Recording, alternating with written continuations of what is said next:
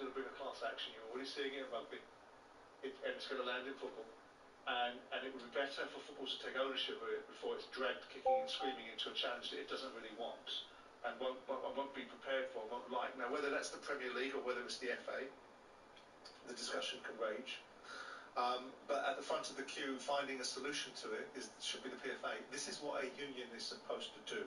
They should be at the front of the queue. It's wonderful that you were clever enough to manipulate a deal out of football where you take 1% of the broadcast rights, £3 or £4 billion a year now, when you did it back in 2000 with the threat of strike. And it's wonderful that you can tell your members in the current climate of multi-millionaire footballers that they mustn't take a pay cut during COVID. They must make the owners pay the contractual obligations. But we're not talking about multi-million-pound footballers or multi-millionaire footballers. We're talking about a generation that didn't have that opportunity and were denied that information. But it can't just be the PFA, Simon. Others have got to involve themselves too. Well, of course, but the PFA should be the cudgel. They should be the battering ram, and they should be very loud. They shouldn't be dragged there kicking and screaming. They should be a very loud voice. And for reasons of balance and who's paying them and where they generate their revenues from, which is the distribution as a result of the Premier League broadcast deals, they are disappointingly and I think negligently quiet on this subject. John, you suggest this is a national scandal, don't you? Yeah, it is a national scandal. You've got thousands of players who have died of this CTE dementia, and many more are going to, because I don't believe football's taking it seriously. Just with regards to what Simon said there, the system is broken, because the PFA rely on the 25 million a year they get off the Premier League to pay. You wouldn't even be able to pay Malango's wages off the subscriptions for the players. So, is he going to kick up a fuss? Is he going to bite the hand that feeds him? What's going on is just scandalous, and ultimately, I'm speaking to families every week who are desperate. I mean, my dad was lucky in the sense that he won a few medals, but if he hadn't won those medals and then sold them, I don't know what my family would have done. And that's exactly what families to see. The independent regulator grabs hold of this. I think they may. Well, actually, Simon, I've got a stat here. Tracy Crouch, Lucy Fraser, and Stuart Andrew, we believe they've conspired to actually, it's in the legislation, but it's prohibited. Is it indeed? It's prohibited that player welfare is included. So somebody somewhere has done a lot of lobbying to make sure. I mean, the one thing that the independent regulators should be doing, given what's going on, is looking after player welfare, because the clubs aren't going to do it. The union's not going to do it. That's unbelievable that that's not included, given they know the facts about what's going on. John, what response have you had from government? You say you've written to MPs. Well, we've not been doing it that long, but we've written to, I got about 90 footballers to write to the local MPs, and loads of them did it, and I was really, really pleased with the response. And we've got a meeting next week with a group of MPs in Parliament, trying to highlight this tragedy and see what they can do to help us. Okay? What we're trying to do, Jim, is because the situation is so grave for these families selling their homes, we're trying to do everything we can to put pressure on. And that's why I'm grateful that you let me on here today. It's our pleasure having you, John. It's our pleasure having you. For their part, the PFA, go back to us, John, as I quoted some of it. On the record, they can say we can broadcast this. They say the PFA's dedicated brain health team includes Dawn Astle, daughter of Jeff Astle, and Alex Fletcher, who himself experienced a serious brain injury in 2021 following a collision with hoardings whilst playing for Bath City. They go into clubs and provide players with guidance on brain health issues. The PFA also funds the Advanced Brain Health Clinic, a specialised centre in central London, offering former professional footballers a free clinician-led brain assessment. So they tell us they're busy, John. Well, they may be busy, but whatever they're doing's not having any effect. Not what I'm seeing from Jane Nicholl and I'm seeing from the other families in our groups. I'm not criticising any of the individuals who are working hard inside the PFA to try and make things happen. But when you've got the CEO at the top of the tree who says that families don't want care costs covered, they only want toppers. That's what Malango said in 2021. It doesn't matter what they try and do in their capacity. The thing's rotten from the top. So I'm not criticising any of those who are trying their best, but they won't be able to make any changes because at the top it's already decided. I mean, Sammy, you were talking about 50 to 100 million, and then we can start tackling this problem that John is so highlighting as well. But I mean, the PFA, yes. Where else will that kind of money come from? Well, look, from a variety of places.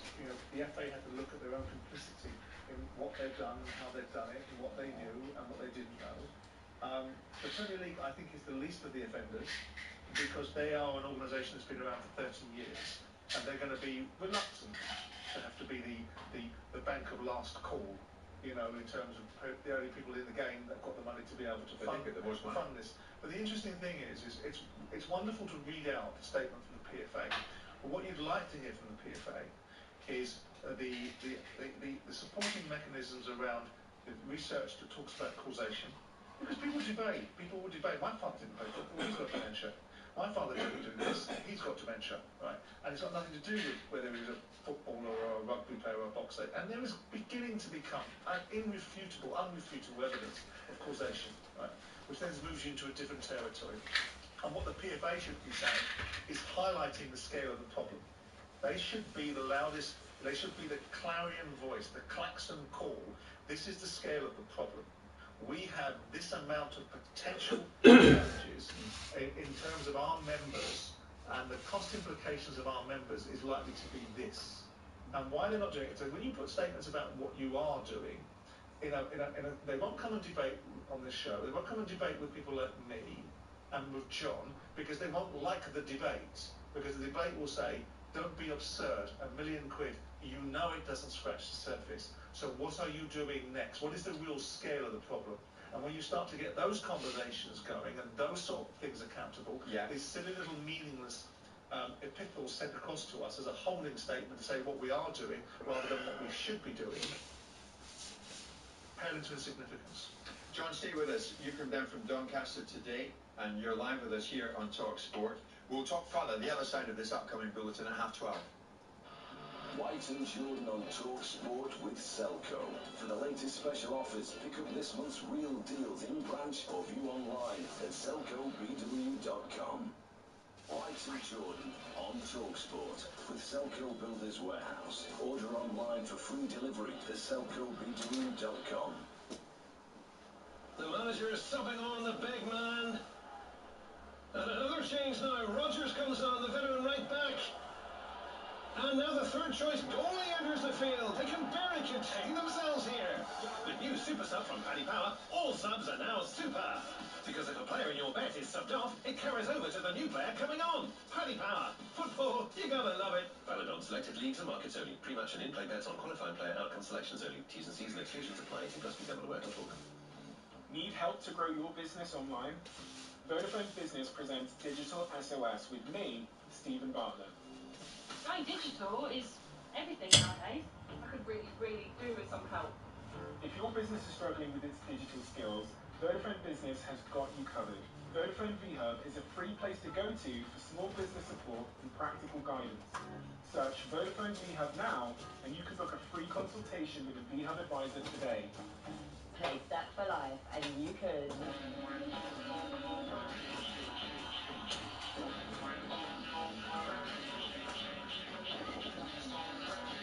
£10,000 every month for 30 years.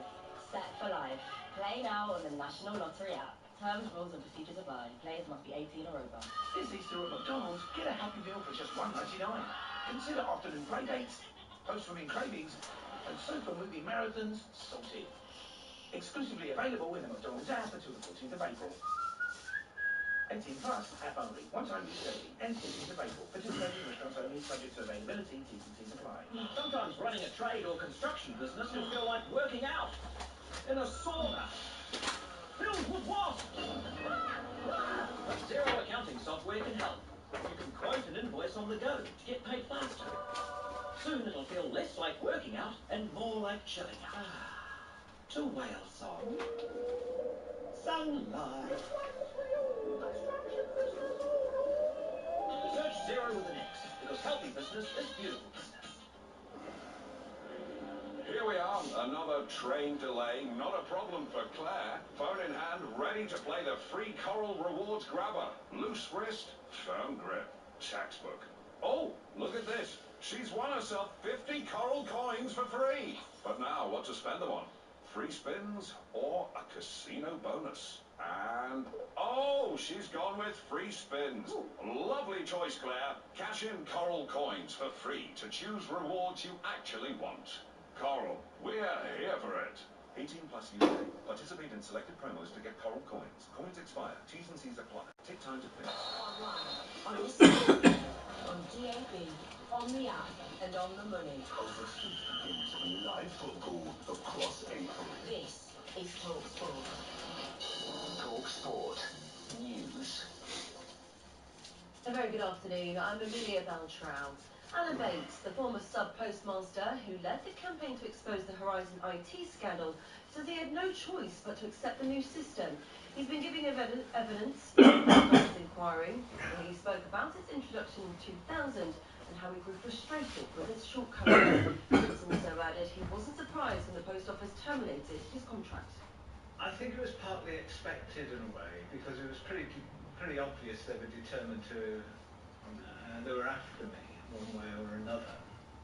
A man's been arrested in connection with the murder of a young mum in Bradford. The 25-year-old, who's from Oldham, was detained in Aylesbury early this morning. Kalsuma Akhtar, who was 27, was fatally stabbed on Saturday afternoon as she walked with her baby in a pram through the city centre. The number of council bosses on six-figure salaries is at the highest in nearly a decade. That's according to new analysis by the Taxpayers Alliance. It says local authorities make deep cuts to services and council tax rose by more than 5% at the start of the month. And Elon Musk has predicted AI will outsmart mankind next year.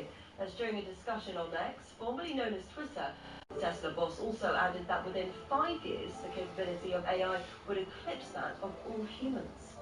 Talk Sport with Bostik. If you're looking for professional-grade sealant that offers technologically advanced performance, choose Bostik Pro Sealants. Real Madrid will close the roof of the Bernabeu ahead of their clash with Manchester City tonight, and that's live over on TalkSport 2. And TalkSport understands talks have been held between representatives Ruben Amorim and Liverpool. Jeremy has more at 1.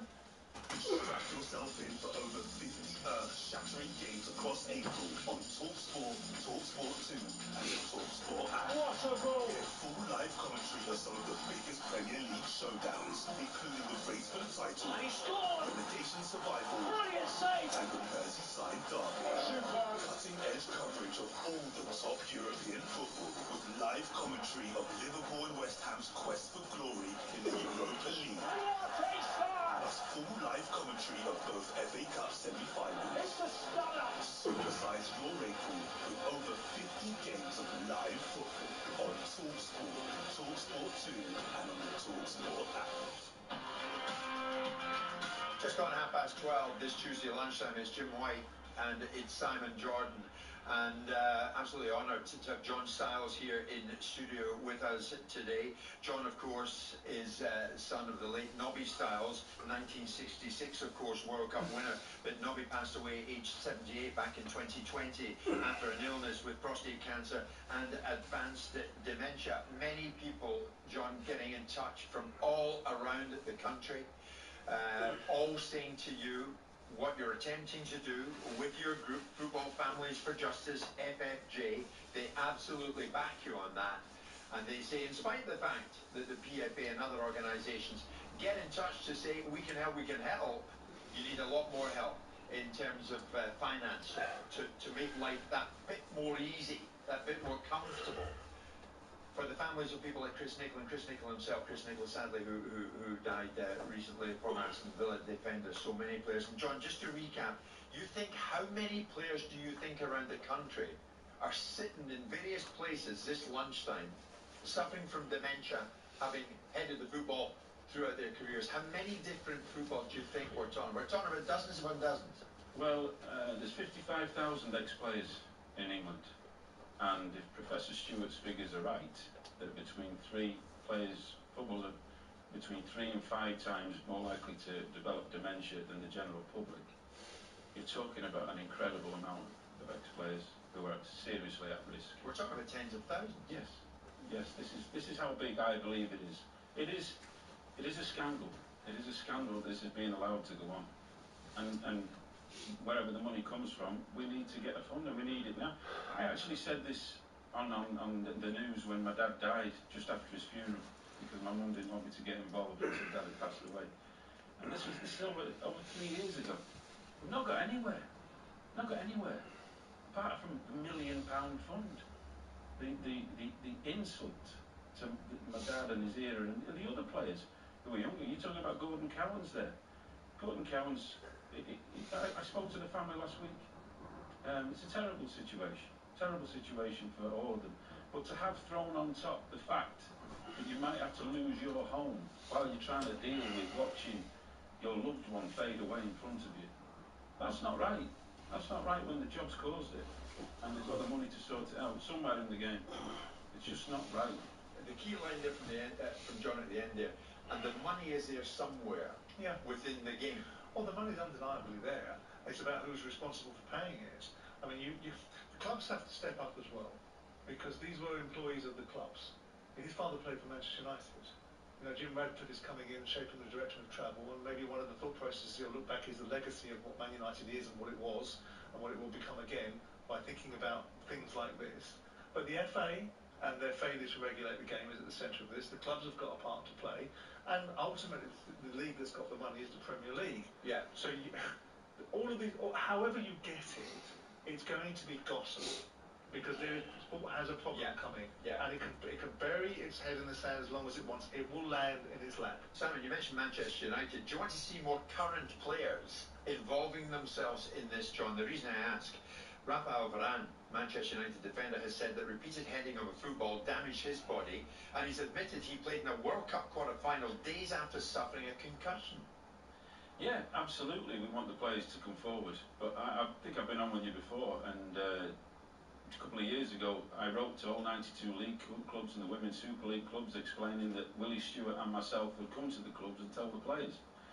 I think we got 2 responses, and actually one was from Manchester United, and they said, no, you won't be allowed to come and talk to the players about the risks of heading the ball yourself and Professor Willie Stewart. So the problem is, Jim, the problem is getting to them. They've all got agents, they've all got people behind entourages. The clubs definitely won't want them to speak to myself and Willie Stewart. I mean, I'm really encouraged by Rafa Varane coming out like that. And speaking like that? Yes, absolutely. I mean, he said a variety of things. He said, my 7-year-old son plays football, and I advise him not to head the ball. Of course, the PFA would say, John, that they go into clubs. And they speak to players. Well, they can go into clubs, they can speak to players, but are they telling them about the prevalence of CTE? Are they telling them, I mean, footballers are a funny breed. You tell them to head a ball and they'll do that. I don't know exactly what they're going in and telling them. I know what I'd be telling them. I'd be telling them, cut it to a minimum. This isn't rocket science to sort out in terms of reducing it or even eliminating it. It's the training. It's quite simply the training, it's not the matches. I calculated that my dad would have headed the ball between 70 and 100,000 times in his career. Chris Sutton told me, he worked it out, he reckoned it was, on the conservative side, 80,000 times he'd headed the ball. And we're all worried. We're all seriously worried. It's if you bash your head thousands of times through over a period, say 10, 15 years, you are very likely to get CTE dementia. And it's as Simon says, it's not going away. Can I ask you something, John? You must be so proud that Nobby was your dad. Absolutely. Yeah. You're the son of a 1966 England World Cup winner. Do you remember him as that, John? Or do you remember him as a pretty famous footballer who died after suffering from advanced dementia? What I remember him as is my dad. When my dad came in from work, football was left outside. It really was. You walked into his house, you wouldn't even know he'd been a footballer. He had one picture of the '66 squad in the corner, and that was it. And when he died, I've got to be honest with you, we were taken aback by the outpouring. We really were. It was something we didn't know how much he meant to people. But not just his career and winning the World Cup and his dance, it was the kindnesses that he'd done for so many people. And that was it was comforting when he passed away. You still get that feedback today whenever your dad's name comes up in conversation? Yes, I was listening, actually he was on with yourselves, Carlton Palmer, and he described my dad as the great Nobby Stiles, and what my dad basically saw something in Carlton, a spirit, you know, an attitude, and he took him on board and he did loads of training with him to reduce his stride. Yeah. And it was lovely for Carlton to say that, you know, and my dad was a nice man, he was a nice man. I just want to finish with this with you, John, and then we'll let you go, because you've got to get back to Doncaster. Oh, I'll tell you what, I'll stay another hour. Why not? On behalf of your dad and others like him, and we come away with a list of people who fall into this category, of course. So Bobby Charlton, Jack Charlton, Ray Wilson, Martin Peters, Chris Nicholl as well. Use us here on TalkSport this lunchtime. Keep it brief, John. What message do you want to send to the PFA, to the FA, to the Premier League right now? I have no faith in the PFA. I'm asking the Premier League to put £1 million in now. We've written to the Premier League again. It's probably got to be the Premier League. We need a fund and we need it now. There's nothing to stop, nothing's changed to stop what happened to Chris Nicholl happening to more families. In fact, it will happen to more families because they haven't got the money to give them. The fund is pathetic, it's not enough. Nothing's changed since Chris Nicholl passed away 2 months ago, and it's not likely to. So we need help, we don't care where we get it from. We need a fund and we need it as soon as possible. I have no faith in the PFA. John, I want to thank you for coming down and joining us here in studio in London. Thank you so much. It's been a pleasure, thank you. John Stiles with us live on TalkSport. White and Jordan on TalkSport with Selco Builders Warehouse. Order online for free delivery at selcobw.com. Keep things smooth by making the move to Universal Credit. It won't be automatic, so look out for your letter telling you what you need to do and when. Ignoring it could even stop your payments. But don't worry, there's loads of support available, like a dedicated phone line, independent advice, and financial protection to help with your moves. To find out more, visit gov.uk/UCMove. Eligibility criteria apply. Right. They all know how much the bet is. We can all keep an eye on each other that nobody's going silly like that. Similar to us, but I actually go into a shop and we all spend the same. That's the rule. Betting socially is just one of the ways that you can gamble safely. What's you stakes in? 5. 5 each. Yeah. 25 years I've had that 5. How do you keep it fun? Gamble safely with Betfred. Happy birthday. May this year bring you happiness. And XTB's investment plans. Wait, what? You don't know? XTB's investment plans are a great way to start achieving your goals. Absolutely. Choose your desired ETFs, select a funding methods like auto investing, allocate your assets, and you're good to go. And the best part? It's zero commission. Download the XTB app and start passive investing with investment plans. For monthly turnover equivalent of up to €100,000. T's and C's apply. Your capital is at risk. The value of your investments may go up or down. So many small cars to choose from. This one looks like that one, which looks like... Oh, the new Suzuki Swift. This is the one. Yep, standard reaction to the new Suzuki Swift, which comes with serious style, a choice of cool colours, and loads of tech as standard. Oh, and it's available with 0% APR for 2 years. Search Suzuki Swift event now to register for your local dealer launch and get set to feel good different. Participating dealers only. Suzuki Financial Services Limited. T's and C's apply. See cars.suzuki.co.uk/offers. With LV, I can get my home insurance for just £179. They've made it easy for me to get a great price, which is what we're all after, right? And their 24/7 emergency helpline lets me look after what matters to me, because insurance is simple when it's me and LV. No wonder we're rated excellent on Trustpilot. Get your quote today at lv.com. 10% of customers paid £179 or less August 2023 to January 2024. Hawksby and Jacobs on TalkSport with Toolstation. Grab the brand new Toolstation catalogue now for great deals across electrical, lighting and more. Kick off your Sunday morning with the weekend sports breakfast on TalkSport with goals. With a free football pull-out with the Sun. Lace up your boots with the nation's brightest sports breakfast, featuring insider news, big match previews, and expert analysis from Tony Cascarino and Natalie Sawyer. It's absolutely magnificent. Get fully loaded for football with the Weekend Sports Breakfast, Sunday morning from 6 on TalkSport with Goals, the essential free football pull-out with the Sun every Saturday, Sunday and Monday. Thinking of switching to an electric car but want to know more? Then it's time to discover EV with Kia. Get expert advice about living with an EV at a Kia dealership near you. From charging to the benefits of driving an electric car, we're here at Kia to guide you. Explore our award-winning electric range, including the Kia EV6, the Niro EV, and UK Car of the Year, the Kia EV9. To secure your appointment today, search Discover EV with Kia. Kia. Movement that inspires. White and Jordan on TalkSport. Decimate normality. Eradicate predictability. Legendary sports radio. Engineered for confrontation. Jim White and Simon Jordan. The egos have landed. Mid-mornings on TalkSport. I want to thank son of Nobby Styles, John Styles, for making the trip down from Doncaster to join us live in studio this lunchtime, and a huge reaction to John and the topic, of course, of players such as Nobby suffering from dementia after heading the football on many occasions throughout long careers in football. A bit of a gear change, but we make no apology for it because we're delighted to get behind Soccer Aid for UNICEF 2024. It's going to take place at Stamford Bridge in London on Sunday the 9th of June. It will be shown live and exclusively on ITV1, and it will be broadcast, I'm delighted to say, Simon, on TalkSport. We shall have an England team, and we shall have a Soccer Aid World 11. I'm delighted to say, and I'm presuming this man is going to slot very nicely into the England team, as and when he's asked. Great actor Danny Dyer joins us live on the show this lunchtime. Danny, good afternoon.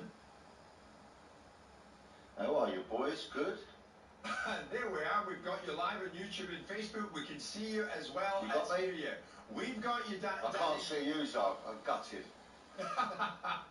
Simon Jordan is sitting to my right, and he sends you his very best. In fact, he'll do that right now. How is he? How's my old mate Simon? Is he all right, is he? I'm all right. I'm dealing with my handkerchiefs in my pocket. Because apparently I like a handkerchief, mate. Good. You're a handkerchief nut, and apparently something about Goldstein said you put lemon in your hair or something every day. Goldstein's just a lemon full stop, so you know, I don't get involved with those conversations. So Danny, how pleased are you to be involved in this Soccer Aid for UNICEF 2024?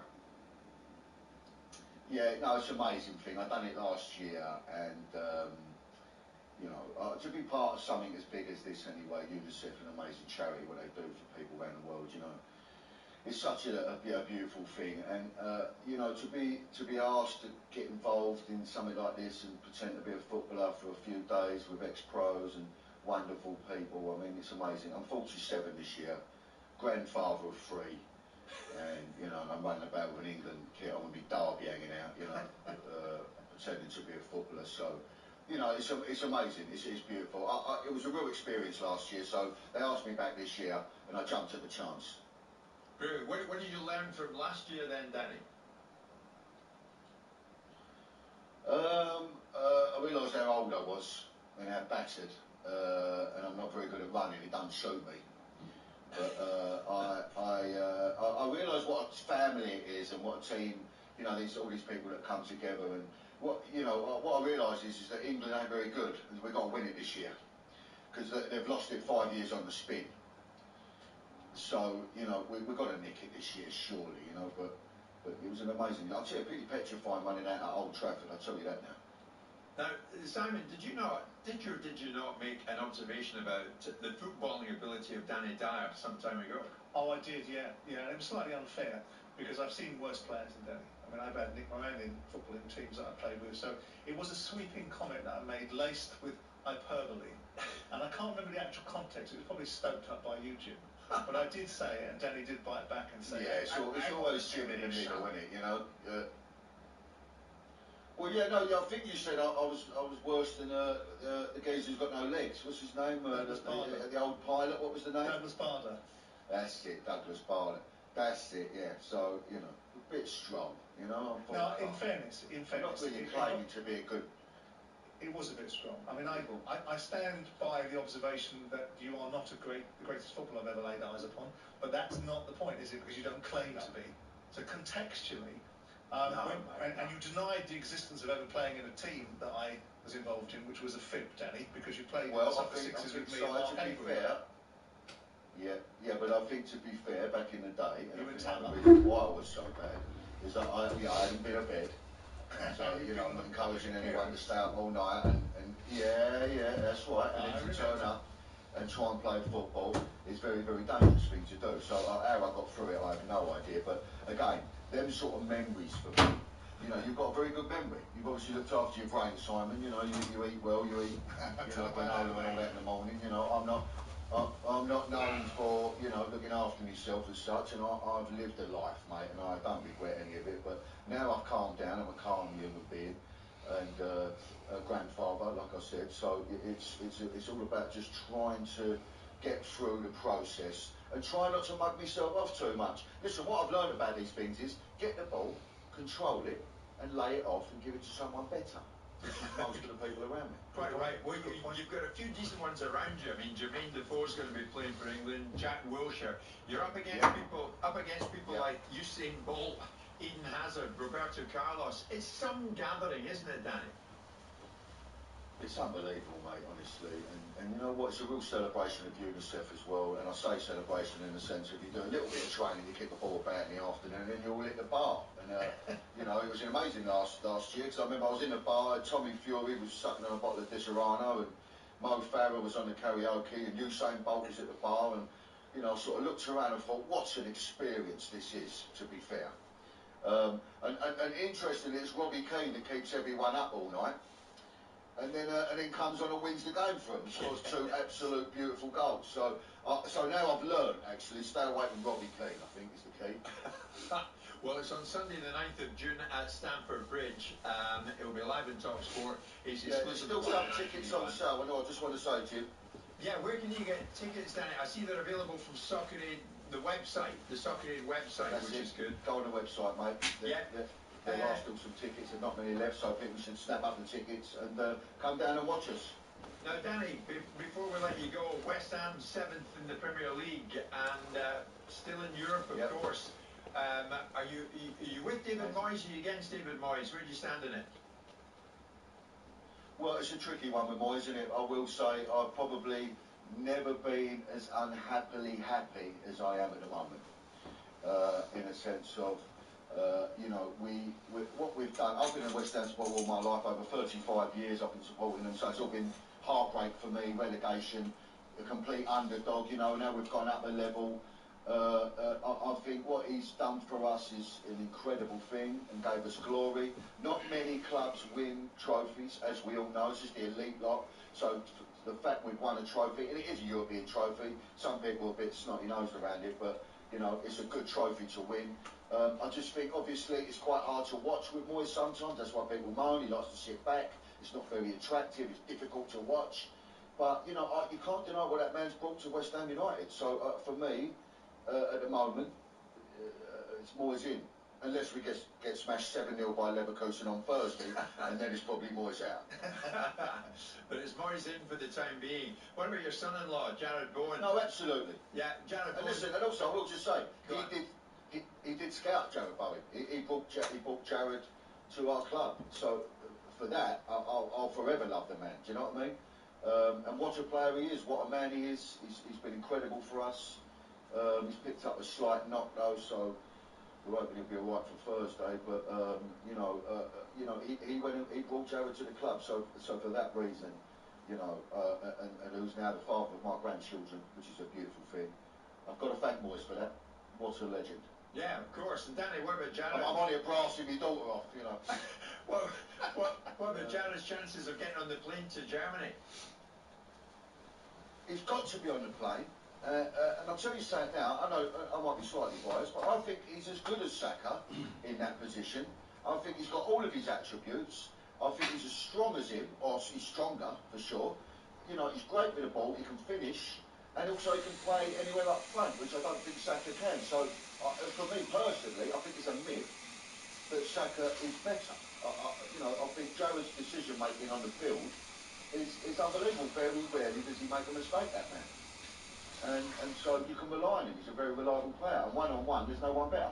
Well, I think Soccer Aid for UNICEF are going to rely on you when it comes to you man marking Usain Bolt. We look forward to seeing that. Danny, thank you for your time, mate. Thanks for joining Simon and myself in TalkSport this lunchtime. Good to speak to you. Well done. Thank you very much indeed. Danny Dyer. You two, if there was a hatchet to be buried, you buried it. I didn't think there was a hatchet that needed to be buried. Just you wanted to get your spoon out and stir it up. It's quite an occasion, that, isn't it, the Soccer Aid match? And if you want to see if you can get tickets for it, then we would direct you in the direction of the Soccer Aid website. Good luck with that. It is the 9th of June at Stamford Bridge. That England 11 against Soccer Aid World 11. Danny Dyer, thank you so much for that. Mr. Simon Jordan, I shall see you tomorrow. Thank you so much for coming up to 1. Have a great afternoon. White and Jordan on TalkSport with Selco. For the latest special offers, pick up this month's real deals in branch or view online at selcobw.com. Play Set for Life, and you could.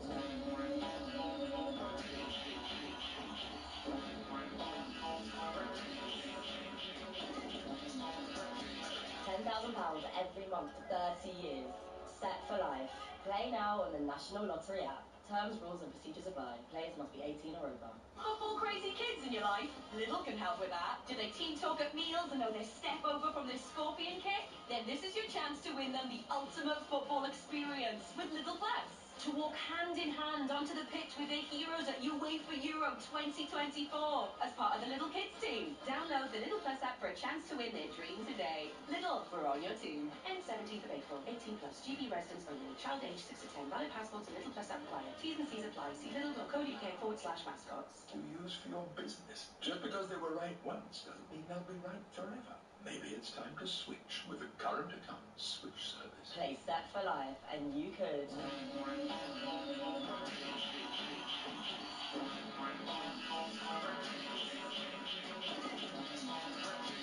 £10,000 every month for 30 years. Set for life. Play now on the National Lottery app. Terms, rules and procedures apply. Players must be 18 or over. Listeners, we've uncovered the reason why Britain hasn't been so great of late is because the country hasn't been eating enough Weetabix. So to whoever's in charge of fixing potholes, to VAR and people who somehow managed to park over 2 bays, we must say, have you had your Weetabix? Football crazy kids in your life? Lidl can help with that. Do they team talk at meals and know their step over from their scorpion kick? Then this is your chance to win them the ultimate football experience with Lidl Plus. To walk hand in hand onto the pitch with their heroes at UEFA Euro 2024 as part of the Lidl Kids team. Download the Lidl Plus app for a chance to win their dream today. Lidl, we're on your team. End 17th of April. 18 plus. GB residents only. Child age 6 to 10. Valid passports and Lidl Plus app required. T's and C's apply. See lidl.co.uk/mascots. Make sure you're all set for kick-off on TalkSport with Ladbrokes. It's TalkSport's Premier Weeknight Fan Forum featuring your views and the opinions of TalkSport's top team of passionate pundits. Steps up right-footed and scores! Plus, get the latest form and odds before the whistle blows direct from Ladbrokes. And hear live commentaries of selected matches throughout the season. Kick-off, weeknights from 7 on TalkSport with Ladbrokes. We play together. Terms and conditions apply. 18 plus. BeGambleAware.org. On DAB, online, and on your smart speaker. TalkSport. Talk Sport. With Lookers. Buy or sell your vehicle the simple way. Visit lookers.co.uk. Thanks to Jim Simon and the gang for the last 3 hours. Coming up next, it's me, Paul Hawksby, Perry Groves alongside me. Very timely, he's on his way to the Emirates tonight for the biggest game in some years for his club. Pretty partisan crowd for reasons I'm sure you're aware of, but we'll discuss a little bit later on. So plenty of ground to cover, not just on that game which you'll hear on TalkSport, but also the game between Real Madrid and City. We'll catch up with Alex Cook over in Madrid later on. Liverpool fans will find out a bit more about these Ruben Amorim rumours that have surfaced today. We'll be in Portugal to find out what they're saying there. We've got some great racing for you later in the week. Live races from the Grand National meeting at Aintree. And Rupert Bell and Lizzie Kelly will come and set the scene. I'm sure we'll talk a bit of Masters with Rupert before he leaves. We've got a big game in women's football tonight. Ireland playing England for the first time since 1987 in a qualifier. Faye Carruthers is over in Dublin. We'll catch up with her. And lots more besides. Got stuff as always, to get you involved in. But before all of that, Jeremy Lieber has the sports headlines. Thanks, Paul. Good afternoon. Yes, tonight's the night. Harry Kane is back in action in a North London stadium. Sorry, Paul and Spurs fans, it won't be at Tottenham Hotspur Stadium, though. Instead, he and his Bayern teammates will be in Champions League quarter-final first leg action at the Emirates. Kane has been setting all kinds of scoring records in his first season in the Bundesliga, but former Bayern midfielder Didi Hamann has told TalkSport Arsenal will start the tie favourites. I wouldn't put it past him that he scores, but at the end of the day they want to go to the next round and they can't really see that. But he's got a lot of goals, but the way it's looking at the moment he's coming out empty-handed. As Paul alluded to, there'll be no Bayern fans in the Emirates this evening. The club is being punished after supporters threw flares onto the pitch in the last round against Lazio. We'll have full live commentary, of course, right here on TalkSport with kick-off at 8. Meanwhile, Real Madrid versus Manchester City in tonight's other quarter-final is live over on TalkSport 2. Pep has urged his side to punish Real in what will be a closed-roof Bernabeu. It's the third straight season they've met in the knockout stages, with Real winning in 2022, before City got their revenge on the way to the trophy last year. TalkSport understands Liverpool have held talks with representatives of sporting manager Ruben Amorim. He's made it clear he's keen to succeed Jurgen Klopp at Anfield. And Everton's fan advisory board has accused the Premier League of failing to provide transparent, fair and effective regulation of its own rules.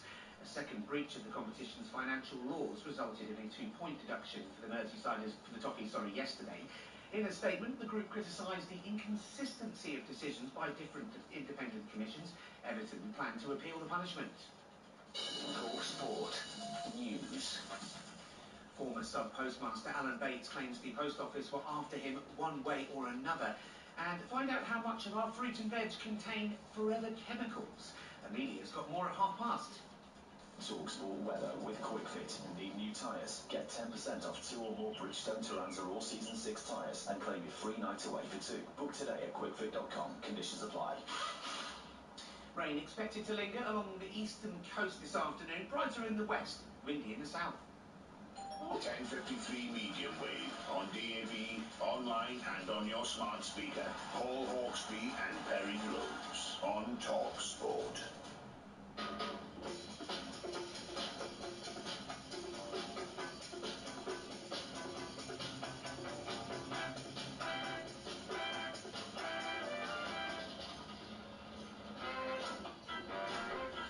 This is Paul Hawksby and Perry Groves with you through to 4 here on TalkSport, where this afternoon we will build up to an absolutely massive night in the Champions League, featuring both Arsenal and Manchester City. We'll also be in Portugal to test the strength of those Ruben Amorim to Liverpool rumours. We'll cross to Dublin ahead of the Women's Euro 2025 qualifier between Ireland and England.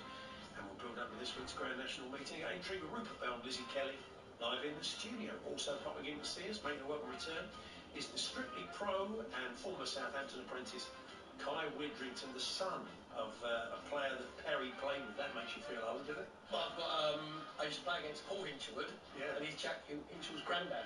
So that is one proper. The ex-Everton defender Gary Naismith tells us how he broke Stenhouse Muir's 140-year duck. And we're also interested in your tales of intimidating the opposition, plus your chance to out a washbag footballer. But it is approaching 7 minutes past 1. Good afternoon, everyone. Good afternoon, Perry. Afternoon, Paul. You're looking very excited. You're working tonight at the Emirates, aren't you? In the lounges there, looking after the punters. Just on that washbag footballer, that doesn't mean horrible. It's made like you're a washbag. No, exactly. To say you're dirty, horrible. It's completely the opposite, isn't it? It comes from a line that was said by Chris Wilder, talking about players that he's fans of. And he was talking about Cole Palmer and Ollie Arblas, just saying, what I love about them is that they're proper old school players who play for the love of playing. They're not toilet bag footballers. They don't play, but are satisfied with the expensive clobber. They don't walk around like stars. Their first love is playing. So what is that? Maybe we should kick off there, then we'll come on to Arsenal in a second, because we're going to be talking a lot about tonight's games, both of which you'll hear on TalkSport and TalkSport 2. Did you have anybody like that?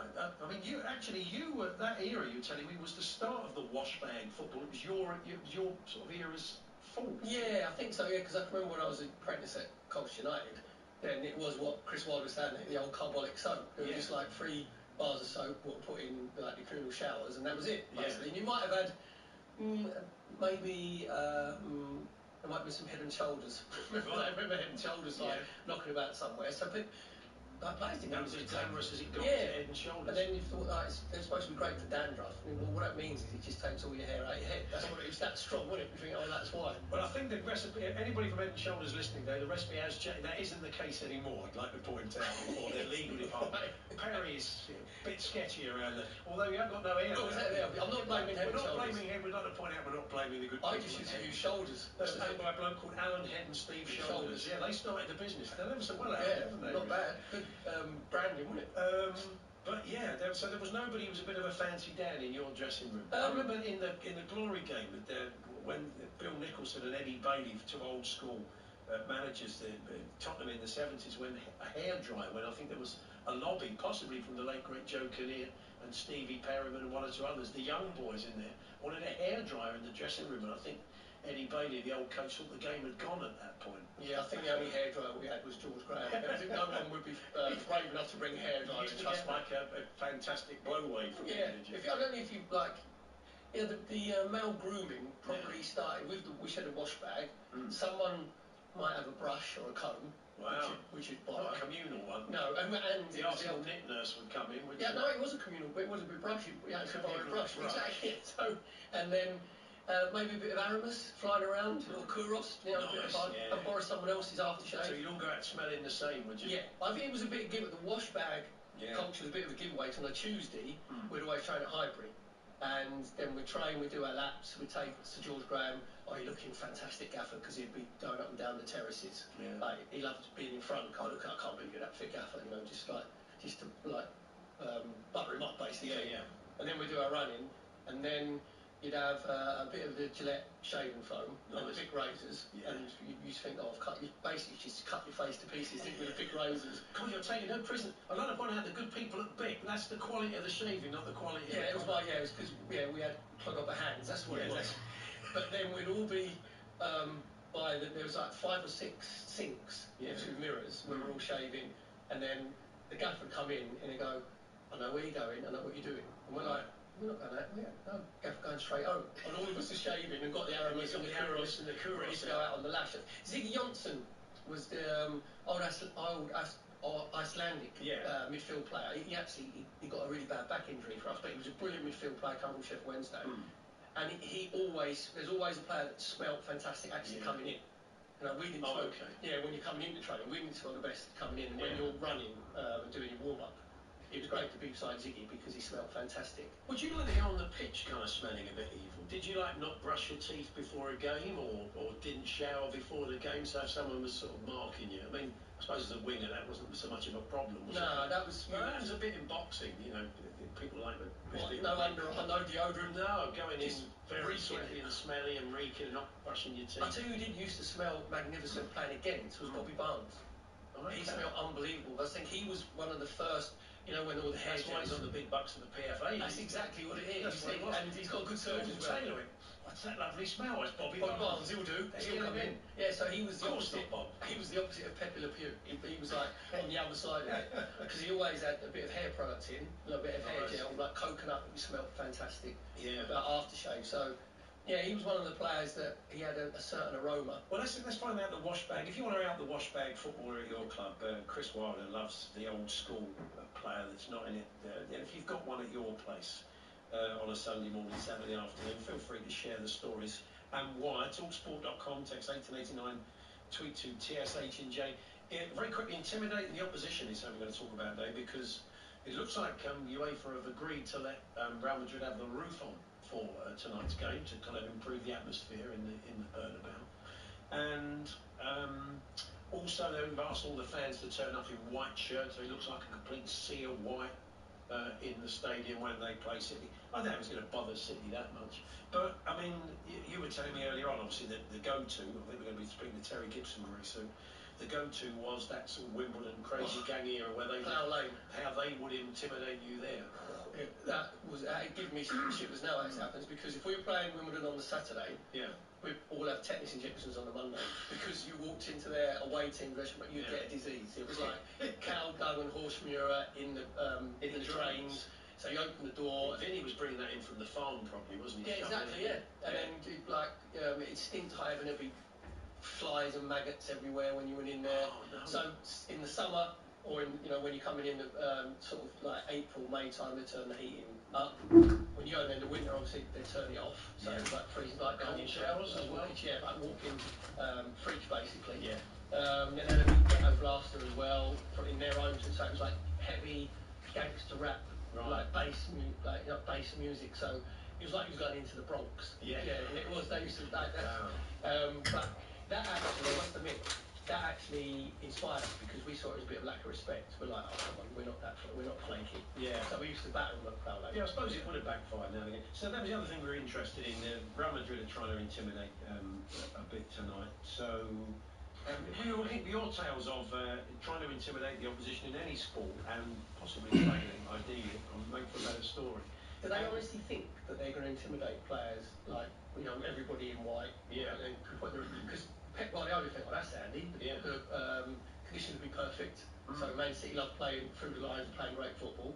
Erling Haaland will have that impish little boy grin on his face. It's going, oh, this is pretty good. Yeah. So all the top players like Kevin De Bruyne, like Phil Foden, they'll love it. That's when what you play your football for, to play in arenas like that. I just wonder where the Man City fans. Are they going to put them on the roof or something by the floodlights? Is that what it's going to be? Yeah, I mean, now they've refurbed the whole place. I would imagine they're going to be up in the far corner. It used to be. I mean, I've known at the new camp before. You get right up in the corner and barely see the pitch. I'm sure they won't be giving them the prize. It's not going to intimidate. Trust me, it's not going to intimidate Man City players. So your attempts to intimidate people who've tried to do that to you, let us know your stories from your Sunday morning, Saturday afternoon experiences in other sports. Could be cricket. Talksport.com, text 1889 to TSH and J 03717 223344. So that should keep you busy amongst all the football chat. We are going to be looking ahead to Real Madrid versus Manchester City, and of course Arsenal Bayern live on Talksport. It's such a shame that the two clash, and I know you just don't want to do that thing if they're both kind of to and fro games and it's not lots of goals.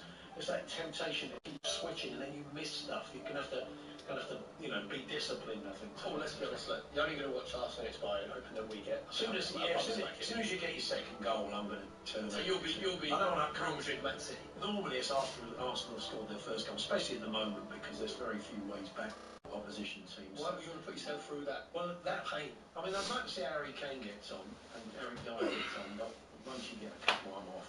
I'll be straight over to Madrid City and staying with that. But we'll see. We'll build up to that, as we said. Kai Widrington's joined us. Rupert Bell and Lizzie Kelly will be here in the studio.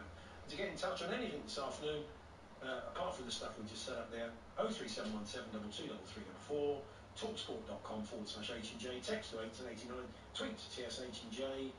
Yes, we'll continue to build up to tonight. Big games very, very shortly. We are here with our good friends at Toolstation and the Toolstation Club. You can join the brand new loyalty program and get 5% off every order for a month. 18 plus T's and C's apply. Hawksby and Jacobs on TalkSport with Toolstation. Get everything you need to conquer the whole job with free delivery 7 days a week on orders over £25 for a job done right. Hawksby and Jacobs on TalkSport with Toolstation. Join the Toolstation Club today and get 5% off everything. Toolstation, for a job done right. Albert Einstein here. Chico and I are out for walkies in the park. My watch tells me we've walked exactly 3,004 steps, our personal best. Our steps aren't the only thing we track. Our smart meter display at home tells us how much energy we use daily, weekly and monthly, which can help me make changes to save energy. And now my watch tells me it's time to head back for a cuppa. Right, Chico? For extra help managing your household budgets, search Get a Smart Meter today. Consumer action required. Eligibility may vary. At Morrison's, get half-price toys on brands like Hot Wheels and Barbie, plus many more in store. That's more play for them and peace for you. Morrison's to shop at Morrison's. Majority of stores subject to availability. SKUs online. Selected toys. Hot Wheels 10 pack was £23, now £11.50. Barbie Beach doll was £19, now £9.50. Offer ends 14th of April. So many small cars to choose from. This one looks like that one, which looks like... Oh, the new Suzuki Swift. This is the one. Yep, standard reaction to the new Suzuki Swift, which comes with serious style, a choice of cool colours, and loads of tech as standard. Oh, and it's available with 0% APR for 2 years. Search Suzuki Swift event now to register for your local dealer launch and get set to feel good different. Participating dealers only. Suzuki Financial Services Limited. T's and C's apply. See cars.suzuki.co.uk/offers. In the Toolstation Club, our loyalty is built to last. We give you 5% off everything, every day. It's less searching for sales, more setting standards. It's money off what you need, when you need it. It's putting the power in your hands. And with more savings when you spend, you can keep on raising your level. Sign up online or on the app and join the club today for free. Toolstation, for a job done right. Subject to 75 Woodland terms of the condition apply. Let's get to business. Hawksby and Jacobs on TalkSport with Toolstation. Grab the brand new Toolstation catalogue now for great deals across electrical, lighting, and more.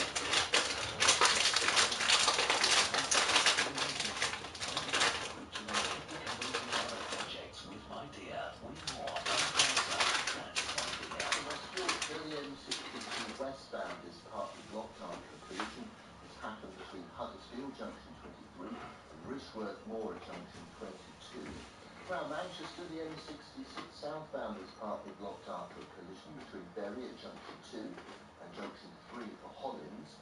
And in Berkshire, the M4 westbound is partly blocked by a breakdown. It's between Junction 11 for Reading and Junction 12 for Field. I'm Adam North. The Europa League, live on TalkSport. And it's an absolute cracker. Liverpool Versus Atalanta. coverage from 7, kick-off 8 p.m. They've got a goal! Thursday night, Continental Night Kicks on TalkSport.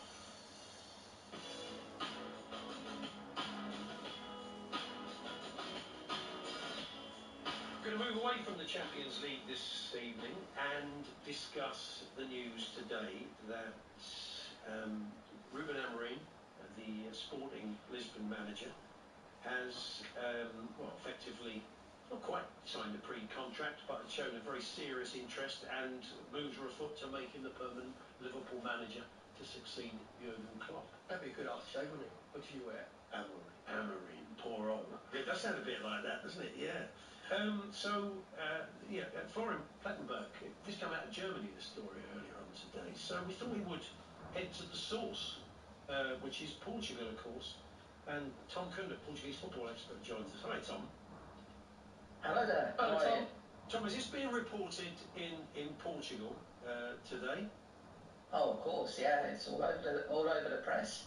There's a journalist called Pedro Settelveldu, who's a little bit like Fabrizio Romano light, you can say, or the Portuguese.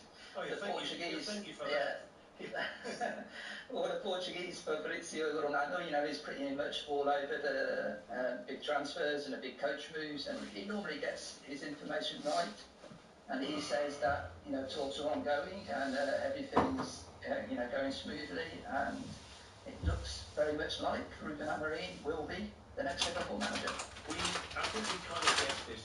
When Amorim did a press conference a few days ago and said, I can't tell you that I'm doing a Xabi Alonso, I can't tell you that I'll definitely be here next season. I think the writing was on the wall. It's either going to be, potentially, Bayern Munich, but the feeling was it was going to be Barca or Liverpool. It looks like Liverpool got their man. Yeah, it's been asked about it every single pre-match press conference, every single post-match press conference for about the last 2 weeks, and so he's getting a bit, he was getting a bit annoyed, but he really did, first of all he was just saying, all the focus is on Sporting, all my focus is just, making sure that, or trying to help Sporting win the championship. They had a sensational win, of course, on Saturday night, here in Lisbon, in the Lisbon derby, beating Benfica, which puts them in prime position to win the league, 4 points ahead, with a game in hand. And so at the end of that press conference, I'd say that he was more, without directly saying that he'd be leaving Sporting at the end of the season, you kind of saw from his body language and reading between the lines that it seemed a kind of inevitability. Tom, is there two different release clauses, amounts, which have been reported? And Ruben Amorim, what sort of characters he's more of a, he's not like the ebullient, gregarious, you know, larger life characters like Jurgen Klopp. Is he a bit more laid back? Yeah, I think that's fair enough. Very laid back. He's got quite different to, I'd say, some of the other Portuguese managers who are quite, what's the best word to use? Feisty? Quite, yeah, feisty, that's a good one. Antagonistic, I suppose. You know, someone like Mourinho, who's, you know, always trying to, you know, wind up the opposition or wind up other coaches or moan about referees or whatever. Ruben Amorim is incredibly kind of polite, cheerful demeanour. Whenever he's asked questions, you know, even stupid questions, he's really polite to the journalists, always answers them, always has the, you know, a good answer up his sleeve. He's a brilliant communicator. I think that's one of his secrets of his success. He just gets his message across so clearly all the time. I'm not sure what his English is like, but I imagine it's pretty good. And so, yeah, he's yeah, I wouldn't say he's a larger-than-life character. He just, you know, lets his team do the talking for him, but certainly a much more kind of polished, I would say, personality, or much more kind of jovial and easygoing personality than someone like Mourinho, for example. And so, I mean, not that fans particularly care, but what is it going to cost to get him out of this contract? What will Sporting land in compensation? Yeah, well, there's two release clauses, which is, like you said, correct, 30 million if he left Sporting to go to a rival club here in Portugal. In other words, he left to go to Porto or to Benfica. Yeah. But if he did, when his contract was renewed a couple of years ago, apparently they put in a clause where if a huge club came in for him, you know, someone like Liverpool, that Sporting would let him leave for a lower amount, £20 million. But even there's been a bit of talk in here over the last few days that, you know, he's got such a good relationship with Sporting. He's really created a fantastic working relationship with the presidents that they think that perhaps they will let him go for even a little bit less than that. But yeah, we're probably talking about 15 million, between 15 and 20 million. And I mean, look, if he goes by winning the title, maybe you know, I can expect the answer, but will he go with a sort of blessing of the Sporting fans? Do they feel that this is a great opportunity for him? What sort of reaction can he expect in these final games of the season if, you know, with these rumours out there? Oh yeah, absolutely, no doubt about it. You know, people here in Portugal are quite realistic about, you know, Portugal's kind of place in the football food chain, you can say. And it's inevitable whenever a player starts doing really well, or whenever a manager starts doing really well, that sooner or later he'll be moving on to a bigger league and more prestigious league. And so yeah, people will be, certainly Sporting fans, you know, you really cannot overstate what he's done here at Sporting. Absolutely incredible job. You know, they've won the league twice in 38 years before he arrived. This looks like they're about to win it twice in 4 years now, and even in the one of the intervening years when he didn't win it, they were very close to winning it again. So he's done an absolutely incredible job, and yeah, all Sporting fans were certainly wishing well. Tommy's win rate, I looked at Braga v Braga, obviously Sporting is over 70%, which is incredibly consistent. But the style of play, he likes to play, is it like a 3-4-2-1, like three centre halves? He's not really the, you know, the mayhem football like a Jurgen Klopp. Yeah, it's a good point, this, because it's very different football. His style, first of all, is completely wedded to 3-4-3. Always plays that style, all the time, all of that formation, every single you know, game since he's at Braga, his short stint at Braga, and his over 4 seasons now at Sporting, that's always been his preferred formation. So yeah, but you know, having said that, of course most people, they look at that and they can be interpreted as a defensive formation, because of course when the wing backs drop back, you basically blame the 5 defenders. And when Sporting first won the league, that really was the key to their first won the league under Amorim. That was the key to their success. They had a watertight defence. But for instance, this season they've just been an absolute goal scoring machine. It's been really attacking. Both wing backs have been almost playing as, you know, auxiliary wingers most of the time. Sporting has scored more goals since the heyday of their in their whole history, in their 40s and 50s. They've scored more goals this season in Portugal than any club. That's including Benfica and Porto, of course. Any club at this stage of the season, they're just scoring goals for fun. So, you know, it can be a very attacking formation. And of course, if he takes over at Liverpool, you kind of wonder, you know, what he's done at Sporting with the players he's got available. He's got good players, obviously, but nothing like the calibre of player he'll have at Liverpool. You kind of wonder what he can achieve, you know, with those kind of players. You know, working in there. Excellent. Tom, thank you. And the Liverpool fans are quite annoyed by what you've said. Thanks very much. Okay. Cheers. Tom Crunder there, Portuguese football expert. His English is pretty good. He played sport. Totally played sport a couple of years ago, and he did the press conference, and his English was very good. So that's been an issue. And Gabby Bonner will know him because they did their badges together over a few years ago. So we have somebody to give us chapter and verse, I'm sure, when Gabby's next. And so Do you understand Gabby's? Not even on the accent. It's done well if you understand that. To be fair. Yeah, we go exactly. And if, like, if you was, remember when Pochettino was managing Southampton? Yeah. And he pretended that his English weren't very good. He always had the translator next to him, didn't he? So you just give yourself that 30 seconds. 40 seconds. From what I remember, he didn't need it. His English is very good. So you know. Oh, but Poch pretended that he couldn't speak English, didn't he? He had his translator, like the Bielsa translator, just to give him that 35 seconds to put your answers like that. Because then I used to watch Southampton play, and he pulled players over. You'll be thinking, well, unless they're Argentinian, he's like spot on, he must be speaking English. Yeah. So that he's made himself understood. Yeah, that's very true. So, still to come with the continue the build-up to tonight's games featuring Arsenal and Manchester City in the Champions League. We're in Madrid a little bit later on with Alex Crook. Terry Gibson's going to join us to talk about the Madrid threat. Perry's going to fill us in on the mood at Arsenal at the moment. The club regularly conducting the tours for the club. So we'll talk about how different it is this time around to last year. Our own Jamie O'Hara is opening against Hope ahead of the North London derby. We'll be talking about that as well. Rupert Bell and Lizzie Kelly joining us in the studio as we're going to bring you live racing from Aintree for the Grand National meeting later in the week. That is all to come. Hawksby and Jacobs on TalkSport with Toolstation. Join the Toolstation Club today and get 5% off everything. Toolstation, for a job done right. Hawksby and Jacobs on TalkSport with Toolstation. Get everything you need to conquer the whole job with free delivery 7 days a week on orders over £25. For a job done right. Hawksby and Jacobs on TalkSport with Toolstation. Grab the brand new Toolstation catalogue now for great deals across electrical, lighting and more. The future is unpredictable at times, but the Open University are the experts in distance learning, allowing you to get study around your life.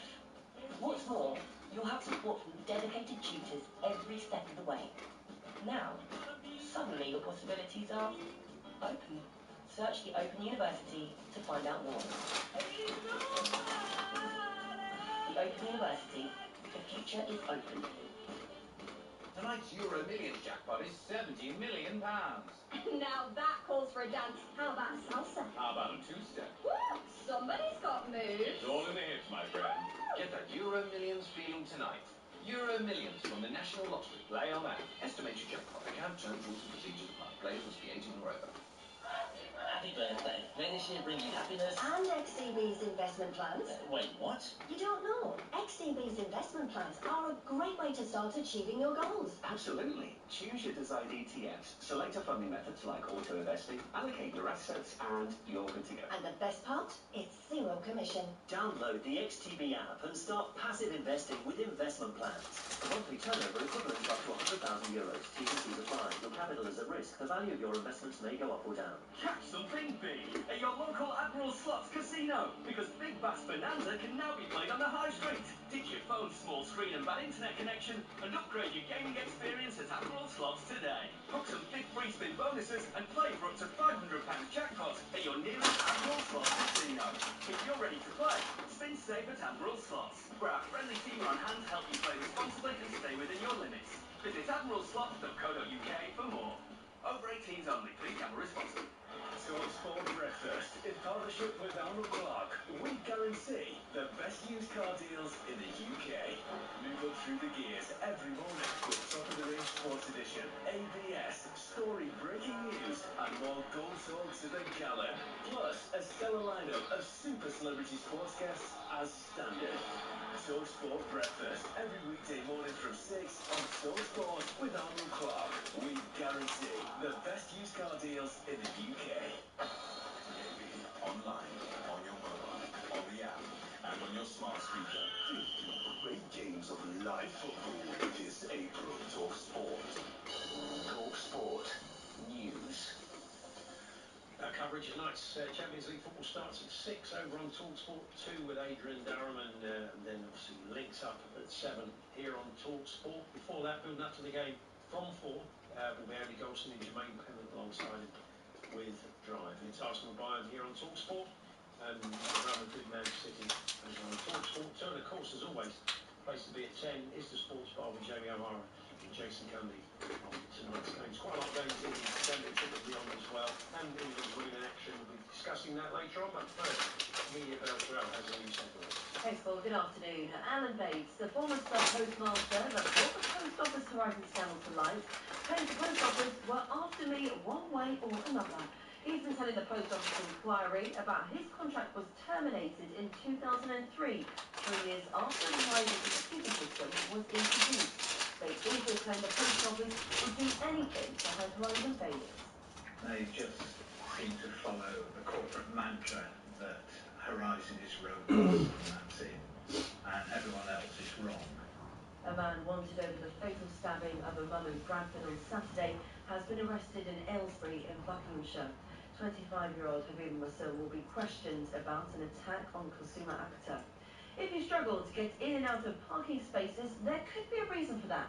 A new study's found drivers are struggling because family cars are almost 5 inches wider than when models were first introduced, yet parking spaces remain the same size. Simon Williams is from the RAC. It actually presents a problem, particularly for some older multi-storey car parks, which have been built around the size vehicles were many years ago. Now, it's quite difficult sometimes just to get up the ramp, let alone actually get into a parking space. And be sure to wash your strawberries because they contain the highest level of toxic PFA chemicals of all the fruit and veg on the shelves. As according to new government figures, PFAs are known as forever chemicals because they may never leave the body once consumed. Grapes contain the second highest level of PFAs, then cherries. Talk Sport with Bostik. If you need a professional grade sealant with high mold resistance, easy tooling and minimal shrinkage, choose Bostik Pro Sealants. UEFA insists this week's Champions League quarter-final ties will go ahead amid an Islamic terror threat. And TalkSport understands talks have been held between representatives of Ruben Amorim and Liverpool. Jeremy will have more at 2. Supersize your Saturday. Game day this Saturday. On TalkSport and TalkSport 2. Every Saturday, get superior commentary of 2 planet-sized Premier League games, followed by the ultimate football phone-in. Oh, yes! Game day this Saturday. On TalkSport and TalkSport 2. So we're going to talk a bit of Arsenal Bayern Munich now, and Perry's on his way to work, and obviously I take it you'll stick around for the game when you're working. Working in inverted commas, and you don't want to get off to beat the traffic. I've got double bubble. I'm doing my waving duties, and then I'm doing the commentary for up on the upper gantry. So you know when it's a lot of interest in the game where basically you're sitting under the floodlights. So one of the lights is underneath. So I'll be off there later on. It's going to be an odd atmosphere, Perry, isn't it? I mean, you don't get many games where you get a flavour of that. I mean, we sort of did watching Old Firm Derby the other day, when it's, you know, one set of fans in the stadium, and you could see at half time with Rangers not playing that well and 2-0 down, I mean, they gave it to them. I mean, imagine it's it's unlikely, let's be honest, the way Arsenal play. But if they were to make a bad start and Bayern were at it and we've got 2-0 up after 20 minutes, when it is just a completely partisan crowd, you know, maybe the players will feed off the anxiety a bit. I mean, that's a big if. Yeah, well, also, like, the Arsenal fans won't be able to wave at any other fans, although over in the far corner of the Emirates at the clock end, you know, just say hello with different fingers, man. Yeah, or whatever, so you won't be able to do that. I think you kind of having away fans there adds to an atmosphere. I mean, you know, you'll take it having all your own fans at the ground. That's great. Well, so actually, the atmosphere at the Emirates last season, this season is the best it's ever been. Yeah. Like, because of synergy between the fans and the players, and like the North London Forever thing, obviously Champions League anthem as well, but North London, that comes on, and it's absolutely vibrant. And I think even the difference is, even if we go 0-0 for about 20-25 minutes, or we go 1-0 down, you don't hear the moans, and no, you can hear the moans and groans and the sort of the dissatisfaction of fans. You get more of a galvanising, come on, and it's like, whoa, it's like pretty special. Yeah. And also, if the Arsenal fans want to vent their spleen, and Harry Kane and Eric Dyer, so they could be getting double bubble. It probably won't bother him, he'll just get on with it. But you can hear the songs, didn't you? Oh, Harry went to Bayern Munich and he's won very little. All I'd say, I mean, he might get that tonight because obviously Leverkusen are probably going to see it at the weekend. Yeah, but I would say to the Arsenal fans on that song in particular, keep your powder dry. Okay. Wait until, if we do go maybe 2-0 up, then maybe sing it, because cause he's got a brilliant record. I think he scored 14 goals against Arsenal in 19 games, so he's got a fantastic record against us. He scored some great goals against Arsenal. And you don't, not necessarily at the Emirates, but you don't want to inspire somebody. Yeah. And they feed off, like the top players, the pantomime villains, they feed off that. The best thing ever, when I say, you know, players return into former clubs or like, you know, is apathy. That's the best thing, is just not to like acknowledge or engage, you know what I mean? Because it would be like, I would show you. So the atmosphere will be like electric tonight, and it'll be interesting to see, because I can remember being there when Kong in the Europa League took like 38,000 to the Emirates, and that was unofficially though. That's not really talked about. Do you know what I mean? Because you know now the most away fans have been there is 9,000 for FA Cup. In that game, and we've seen it. I've seen it in sort of UEFA and Europa League games or UEFA Cup games when you get like Polish clubs. I mean, you've got a lot of expats living in this country. They're popping up all over the stadium. You'll expect some Bayern fans. There'll be a couple of little tiny pockets of them. I mean, they shouldn't be there, but I can't believe if Bayern did score, you won't hear a roar from somewhere. Somehow they're going to get hold of tickets. Just a few of them. I think because obviously the extra 3,000 that have gone like on sale because the Bayern fans aren't there. Arsenal have issued and said because there's a temptation, because the ticket prices, if you did get them, are going to be through the roof. And if you get found out that you sold your ticket, exactly. And because they'll get in trouble with UEFA, probably Arsenal, if there's too many. And to knock on effect. You don't want to lose your ticket, because there's a 96,000 on the waiting list for a season ticket in a minute. So you don't want to be losing that. They're like gold dust, aren't they? So. Well, we were talking with Danny Kelly, myself and Andy, about sort of Havertz, and it's a bit of a frustration for Andy because he thought Havertz was a player that would have 3 or 4 games and then go quiet, and he thought Jorginho was a busted flush, but Arteta seems to be getting the tune out of both of them now. Yeah, was you a bit doubtful about Havertz when they signed him? You always thought it was good business. Yeah, not good, but it was a strange one because everybody knew that we needed like a centre forward, and then we went and got David Raya as well as a goalkeeper, and people thought, well, why do you need a goalkeeper? Aaron Ramsdale. But obviously, Arteta thought that David Raya was a step up from Aaron Ramsdale, and if Aaron Ramsdale got injured, you needed someone of that quality to come in. So I sort of got that. The Kai Havertz one. When I was watching him play, I've seen him play for Chelsea, obviously, and I'm watching him play for us. I used to look and think, there's a player in there. And even when he was getting stick beginning of the season, they tried to play him in that Granit Xhaka inside left sort of role, and you could tell his confidence was shot to bits. So it's the coaching that he's got from Arteta. It's like the arm around the shoulder and the environment that Arteta's created at Arsenal, where you've seen him actually flourish. And you've seen him he was playing, he's 6'4", he was playing like he was 5'4". Because he's a bit huddled up now. If you look at him now, he's playing like he's 6'4". When the ball goes into him, he's holding it up.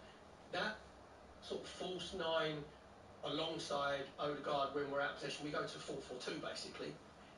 He's got a good understanding of Odegaard. If you see him now, his little 1 and 2 touch layoffs and flicks and passes coming off. So I think it's a testament to Arteta actually sticking with him and going, no, we know that you can like perform for us. And there's a stat which is people wouldn't realise he's closing down is unbelievable, because when I looked at his stat, he had 374 high intensity presses. So when we press, he's the one who sets it off. Now you wouldn't associate that with Kai Havertz, because he's more of a floater, sort of drifting sort of player. So he's bought into that. Right, you set the press off, then Odegaard goes, then Declan Rice is backing you up.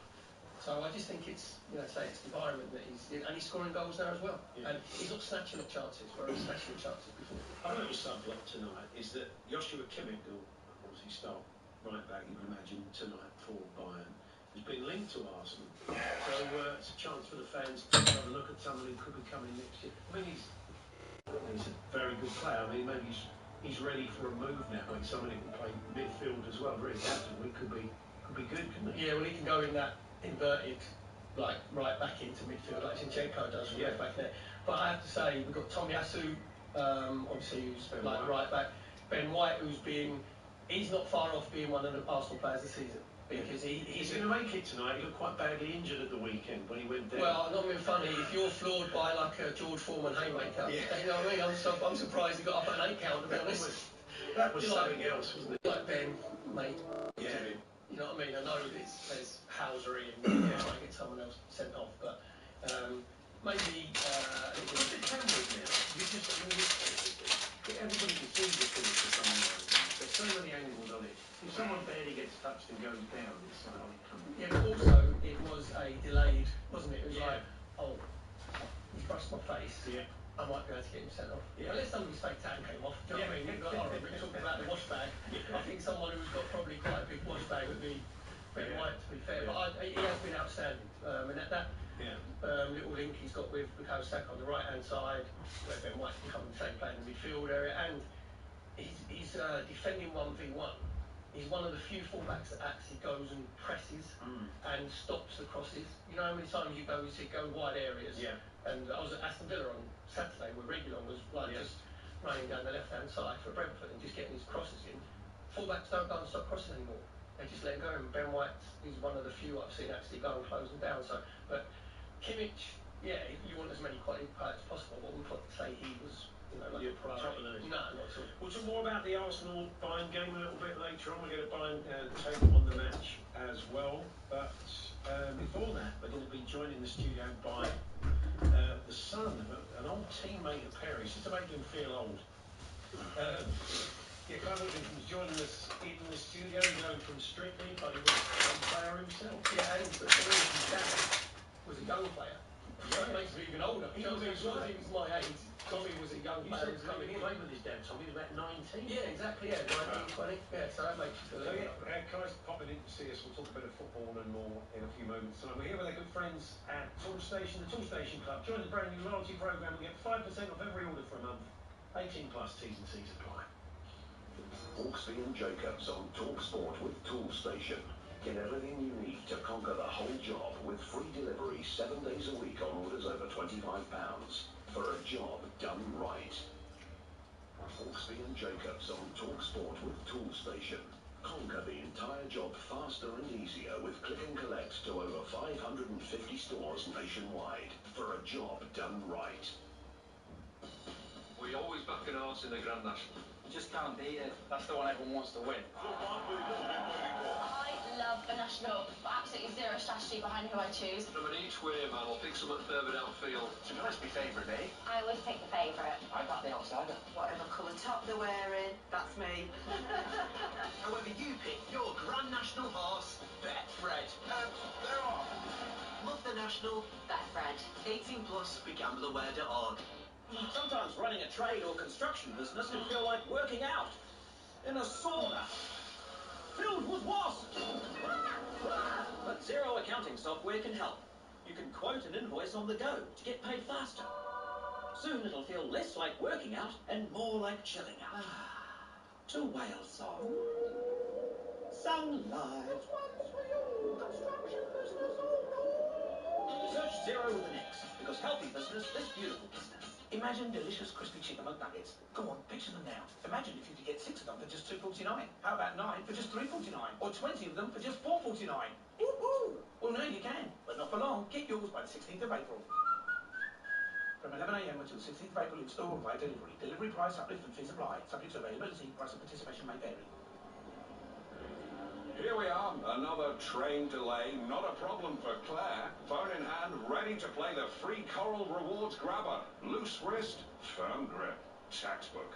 Oh, look at this. She's won herself 50 Coral coins for free. But now, what to spend them on? Free spins or a casino bonus? And, oh, she's gone with free spins. Lovely choice, Claire. Cash in Coral coins for free to choose rewards you actually want. Coral, we're here for it. 18 plus UK. Participate in selected promos to get Coral coins. Coins expire. T's and C's apply. Take time to think. Early breakfast, weekday mornings from 5 on TalkSport with Adrian Flux. Insurance for the individual. From the goal line to the golf course, the canvas to the crease. We've got all the biggest sports stories covered. Wake up to expert debate, analysis and opinion that's guaranteed to set you up for the day. Early breakfast, weekday mornings from 5 on TalkSport with Adrian Flux. Get a tailor-made quote for your commercial vehicle. Search Adrian Flux. Insurance for the individual. TalkSport Traffic and Travel with My Dear Cooling and Heating. Find an easier route to win air source heat pump projects with My Dear. Win more, earn faster. That's My Dear. In West Yorkshire, very slow on the M62 westbound after a collision between Huddersfield at junction 23 and Rishworth Moor at junction 22. In Gloucestershire, the M4 Prince of Wales Bridge, that's partly blocked westbound after a collision. And in Berkshire, the M4 westbound, that's partly blocked by a breakdown. It's blocking the inside lane between Reading at junction 11 and junction 12 for Thiel. I'm Adam Moore. Champions League live, TalkSport 2. Real Madrid versus Manchester City. Well, what was that all about? Support Act starts at 7. Main event from 8 p.m. Tuesday night on TalkSport 2.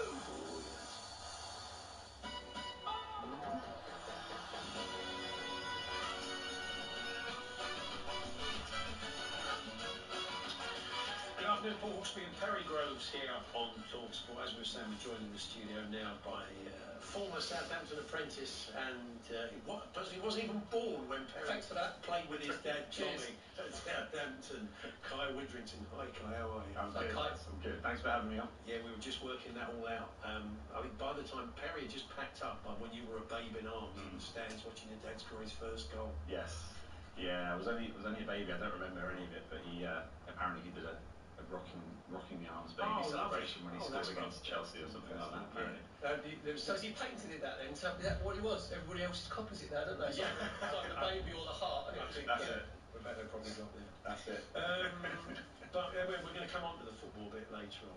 But you're on tour. You and Nadia are on tour, aren't you? Yes. Around the country. So tell us more about that. We are, yeah. We went on tour for the first time last year around the UK. It was a lot of fun. It's like a kind of a dream, really, as a kid. You know, when I decided to do dancing instead of football, it was like, right, I need to just commit to this. And, you know, watching Strictly as like a 7-year-old when it first came on the telly, it was like, wow, I could be one of these pros one day.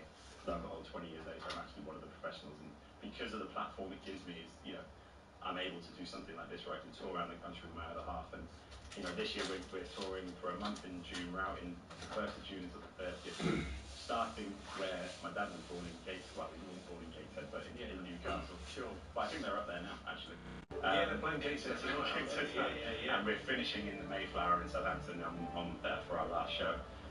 But it's going to be a lot of, you know, very much interaction with the audience. It's called Behind the Magic, so we want to give people a bit of behind the scenes into what it's like in our world, really. And so it's not just you chat to the audience as well? Absolutely not. It's not just the dance show. Okay. You know, there's bits and bobs. I might dabble a little bit with the guitar. I used to play guitar as a kid. My other half may or may not sing. So there's a few bits and bobs in there, but yeah, we want to entertain the audience, and I always say, like, if we can make the audience laugh and cry in the space of 2 hours, then we've kind of done our job right. So obviously your other half now gets to it, right? Yes. So do you critique each other? Or, you know, if you've, like, made a mistake or you go, what's happening there? Well, we're perfect. Well, you know, as everyone says, Yeah. right? We're perfectionists, right? But we have our a mediator in inverted commas in our director and choreographer Scott, who's kind of, it's very much a collaborative three-way process. And you know, for us, we love choreographing, we love creating. And I always kind of use the term of like, you can order a takeaway and it will taste really good. Yeah. But it'll never really taste as good as if you've made it yourself and you put your kind of flavour on it. And that's kind of what it is, because we could have just gone, we want a show, can you create a show and we'll headline it and do it. But we're very much into the creative process of it, and I really enjoy that, and I know Nadia does too. And, you know, for us, that's what we get a real kick out of, and when we come to the end of it, it's like, wow, we did that. So You talk about creating, it's interesting. So you go back to, I mean, I would imagine when you first start, there are specific things that you have to do. It goes back to, you know, Strictly Ballroom and the Pan Pacific. So you can't dance those steps, Scott. Pan Pacific. Yeah, exactly. So, but I imagine at that stage, but you maybe don't have the flexibility, do you really, to be that creative when you first start? Because there are certain disciplines you have to have within ballroom dancing. Yeah, absolutely. And you know, the business I'm in now is very unique, and it's that, you know, we're teaching celebrities and we're not dancing necessarily at our max on Strictly all the time. You know, we're trying to get our celebrities to their best possible level, and we're not going to just stand there and out-dance and be the best dancers we can, you know. But in this case, where we're on tour, we get to show off ourselves and, you know, be that, almost that Strictly Ballroom couple and go like, this is what we can do, this is how good we are. You know, my other half, Nadia, she's a 5-time world ballroom and Latin champion. So she's pretty good. It's funny, Harry was saying earlier on that his son did a very similar thing to you. His son was playing football, Yeah. rated. Yeah, because you were at Southampton, you played left back till you was 12. So I was just interested in, one, how was your dad on the touchline giving his opinion, or when you were in the car journey for young kids, it's the worst thing ever, because it's like, I think you played. My dad used to say to me, come on, give yourself a mark, and I go, that's 7, and he go, what, out of 20? But then, how was the conversation? Obviously you said you watched Strictly on the TV, and that inspired you, and just saying to your dad, was there a conversation saying, look Dad, mate, I don't want to be a footballer anymore, I want to be a dancer, because my boy was 14 and he got offered a 4-year contract at Colchester in their academy, so guaranteed up to YTS and then guaranteed YTS, and he went, to be fair Dad, I don't fancy, I want to go play rugby. So I just went, alright, because a lot of parents head would blow off, wouldn't it? Oh no, and coaches now say to me, your boy, he's the one that got away, you should have made him play football. I'm like, no, I can't make him play football, he's got to have the same desire. That was the best thing that happened to me, really, and you know, because I always use the analogy of the Billy Elliot dad. I mean, my dad's from the northeast, right? Yeah. And I'm telling my dad at 12 years old, I got a contract offer from Southampton to be a left back, and I'm a right-footed left back, so I could play with both feet. So I was half decent, right? And I was quite quick. And I turned it down to dance with the British champion. And bearing in mind at this time I wasn't very good, but apparently she fancied me, right? And so I was like, yeah, go on then. And the thing is, the tipping point for me was Sunday football as a kid is on Sundays, obviously, and competitions are on a Sunday, and I had to choose basically, and it was just like, I just loved dancing that a little bit more. And the conversation I had with my old man was like, listen Dad, I just love dancing that little bit more. And he was, to be fair to him, I was never worried to tell him. That was how I knew it was going to be okay.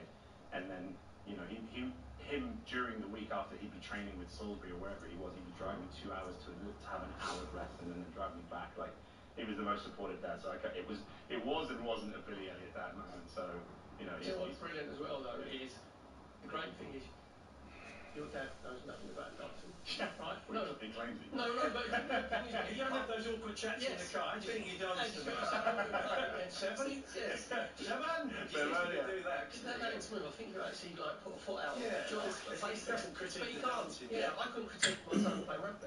I love rugby, but I didn't know the nuances and all the tactical stuff and the technical stuff. So it was refreshing for my 2 boys that they weren't going to get the critical day. Do you know what I mean? So it must be the same as you as well. It is that, but at the same time, he'll go to me because, you know, I get this a lot from blokes, right? If I'm, you know, out and about or whatever, and there's a bloke comes to me, oh, do you mind if I just get a photo? My wife loves you, da da da da. If I had £1 for every time a bloke has said that to me, you know. But secretly, they watch it as well, right? They sit on the couch with their family and watch it. Everyone's guilty, right? So my dad now, and amongst my other family as well, and Nicky Beale, who's going to die that I've shouted him out, he's a mad West Ham fan, apologies.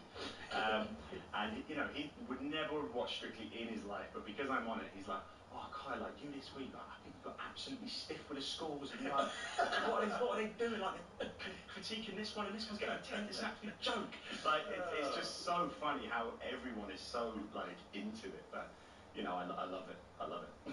Can you stick around for another 5 minutes or so? Is that okay? Yeah, absolutely. Kai Witherington's with us. He's on tour with his partner Nadia. They are all around the country. We'll talk more about the tour just after these sports headlines. Hawksby and Jacobs on TalkSport with Toolstation. Get everything you need to conquer the whole job with free delivery 7 days a week on orders over £25 for a job done right. Hawksby and Jacobs on TalkSport with Toolstation. Join the Toolstation Club today and get 5% off everything. Toolstation, for a job done right. We always back an horse in the Grand National. Just can't beat it. That's the one everyone wants to win. I love the National, but absolutely zero strategy behind who I choose. I'm an each way man. I'll pick someone further downfield. To be honest, my favourite, mate. I always pick the favourite. I back the outsider. Whatever colour top they're wearing, that's me. However you pick your Grand National horse, bet Fred. They're off. Love the National. Bet Fred. 18 plus, begambleaware.org. Who are you going for at entry? The favourite. The favourite. The favourite, without a doubt. This entry festival, everyone's going for the free favourite pull-out in the sun. It's jam-packed with top tips and form guides for all the runners and riders. And a free £2 in-shop bet with Coral for the Grand National. Get your free favourite pull-out in the sun every day of entry. T's and C's apply. 18 plus only. Begambleaware.org. At Morrison's, get any four for £5 from over 30 frozen products. From Bird's Eye Garden peas, potato waffles, Goodfellas pizzas, plus many more. That's more easy peasy teas sorted. Morrison's to shop like Morrison's. Majority of stores and online, subject to availability. Selected lines ends 14th of April. Bet UK have got some mad offers. Like what? Free bets? Yeah, man. £30 in free bets when you bet £10. You're joking? Really? Yeah, and even with a free bet, I still wouldn't back your team. Oh, whatever, mate. Whatever you think. Visit betuk.com or download the app to get your £30 in free bets. Bet UK, it's where the UK bets. New customers only, £10 minimum bet. Minimum odds and T&Cs apply. 18 plus, please gamble responsibly. The Masters, teeing off on now. Now he's absolutely launched that. Oh, now. Woods is in the woods. Now that's just magic. Now that's a drive. Oh, no, it's just pulled that shot. Oh, and now is this the one that wins it? The green jacket. Now there it is. Stream the Masters and all of Sky Sports without a contract. Head to nowtv.com. Sky Sports content streamed via internet. 18 plus. Full terms apply. Where would we be without curiosity? It's the drive that takes us to new places. It even got us to the moon. So satisfy your curiosity about electric cars with the Hyundai Explore Electric event, which is on until the 30th of June, where you'll find our award-winning range of electric cars, including the Ioniq 5. Explore more at hyundai.co.uk. It's the dawn of a new Hyundai. Hawksby and Jacobs on TalkSport with Toolstation. Grab the brand new Toolstation catalogue now for great deals across electrical, lighting and more. 1089 and 1053 medium wave on DAB on the app on your smart speaker. Supersize your rainfall with over 50 games of live football. Talk Sport. Talk Sport. We're the lookers. Choose from 30 manufacturers and over 6,000 vehicles online. New or used, small or grande, we've got something for every taste. We'll chat more with Kai Witherington very shortly, straight after Jeremy Lieber with these sports headlines. Thanks, Paul. Good afternoon. We're just hours away from a huge night of Champions League football across the TalkSport network. Arsenal take on Bayern at the Emirates in their quarter-final first leg. The Gunners go in as favourites, but were beaten 5-1 by the German Giants on each of the last 3 times they met in the Champions League. It was a few years ago, though. Boss Mikel Arteta recalls what it was like to play for Arsenal in some of those clashes. It was a really painful one. That's many years ago, and that's in the bag. But yeah, it was difficult to swallow. Build-up is right here on TalkSport from 7 o'clock with kick-off at 8. Meanwhile, Real Madrid versus Manchester City is tonight's other quarter-final. That one's live on TalkSport 2. Madrid have been given permission by UEFA to close their new retractable roof for the clash. The Spanish side believe it could help create a more intimidating atmosphere.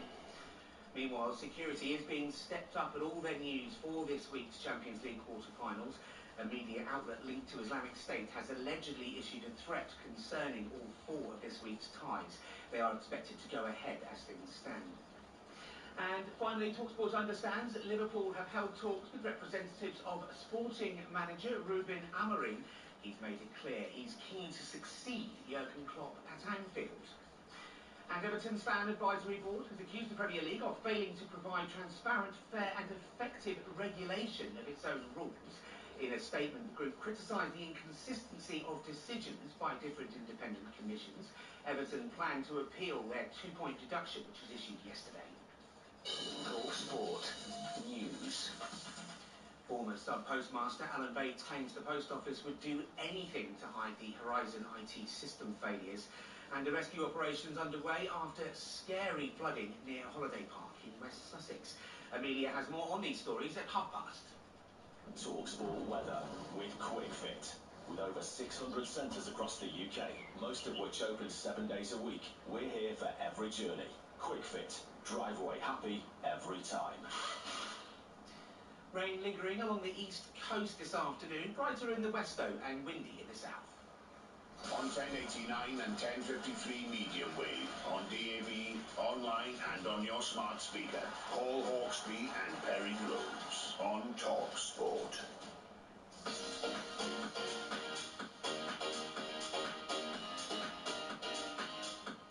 Yes, good afternoon. It's Paul Hawksby and Perry Groves here on TalkSport. Building up to a big night in the Champions League this evening, featuring Arsenal, Manchester City, and we'll continue the build-up over the next couple of hours. But with us in the studio at the moment, Kai Widrington of Strictly fame, a man who was an apprentice at Southampton as a kid.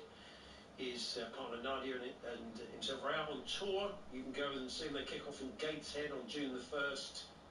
And you got a lot. I say it's quite an extensive tour. You got a London date on the 23rd, as you said, ending up on the 30th of June. You don't get a lot of nights off, Kai, to recover. Not a lot of them. There's a few ice baths thrown in there. There will be, won't there? Every night, yeah.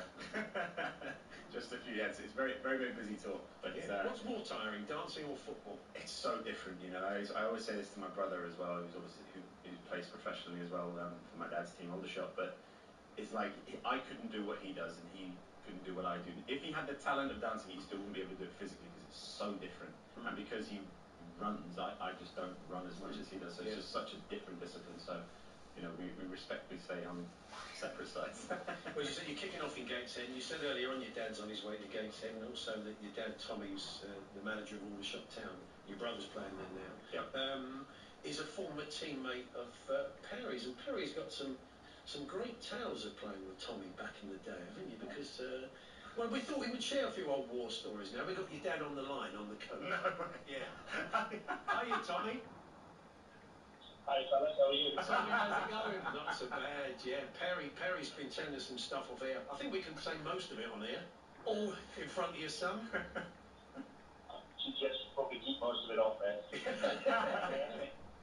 Tommy, can you remember when we were playing in the Resis, you were just breaking into the first team, and you used to play on a Tuesday, and in the old combination, and it was yourself, Neil Madison, was it, Nicky Banger, David Hughes, Neil Heaney. And I would say to you, if we go out and we win, and before man we should do, then we can go out on the lash, basically. To like what goes in the Concord Club stays on the Concord Club, by the way, Tommy. But that was on the pitch and off the pitch.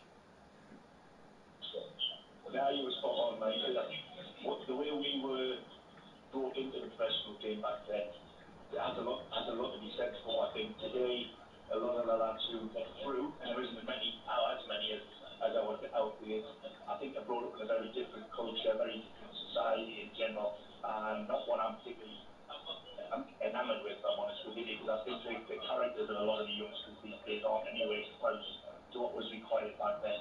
It makes me laugh when people say, could the people of yesteryear play today? I'd ask the question, could the people of today play yesteryear? I'd be surprised if some of them could.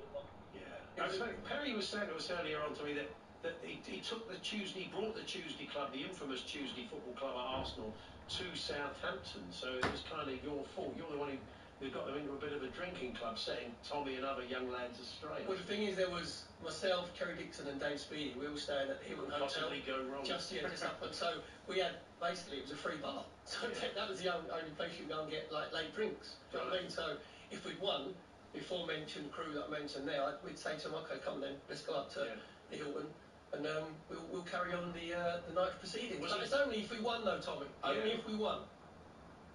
Yeah, well, that's fair enough. Yeah, you can reward yourself. Was he a good or a bad influence, looking back, Tommy Perry, when he came in? Now, listen, we have to respect where he's been and what he's done. He was unfortunate when he came to Southampton because he got a really, really bad injury. Yeah. And I believe he did it again without getting back for him. So it's good for him as an individual and as a professional, but as a lad and as a pro around us younger lads, we're joking here because he was very, very good in a lot of ways. He gave us a lot of good habits as much as give us that one or two back. Do you know what it was? I must admit, because I used to hate when I was playing in the reserves at Coventry United and playing at Arsenal, when first team players played in the reserves and they didn't try. Do you know what I mean? And they didn't give everything they had.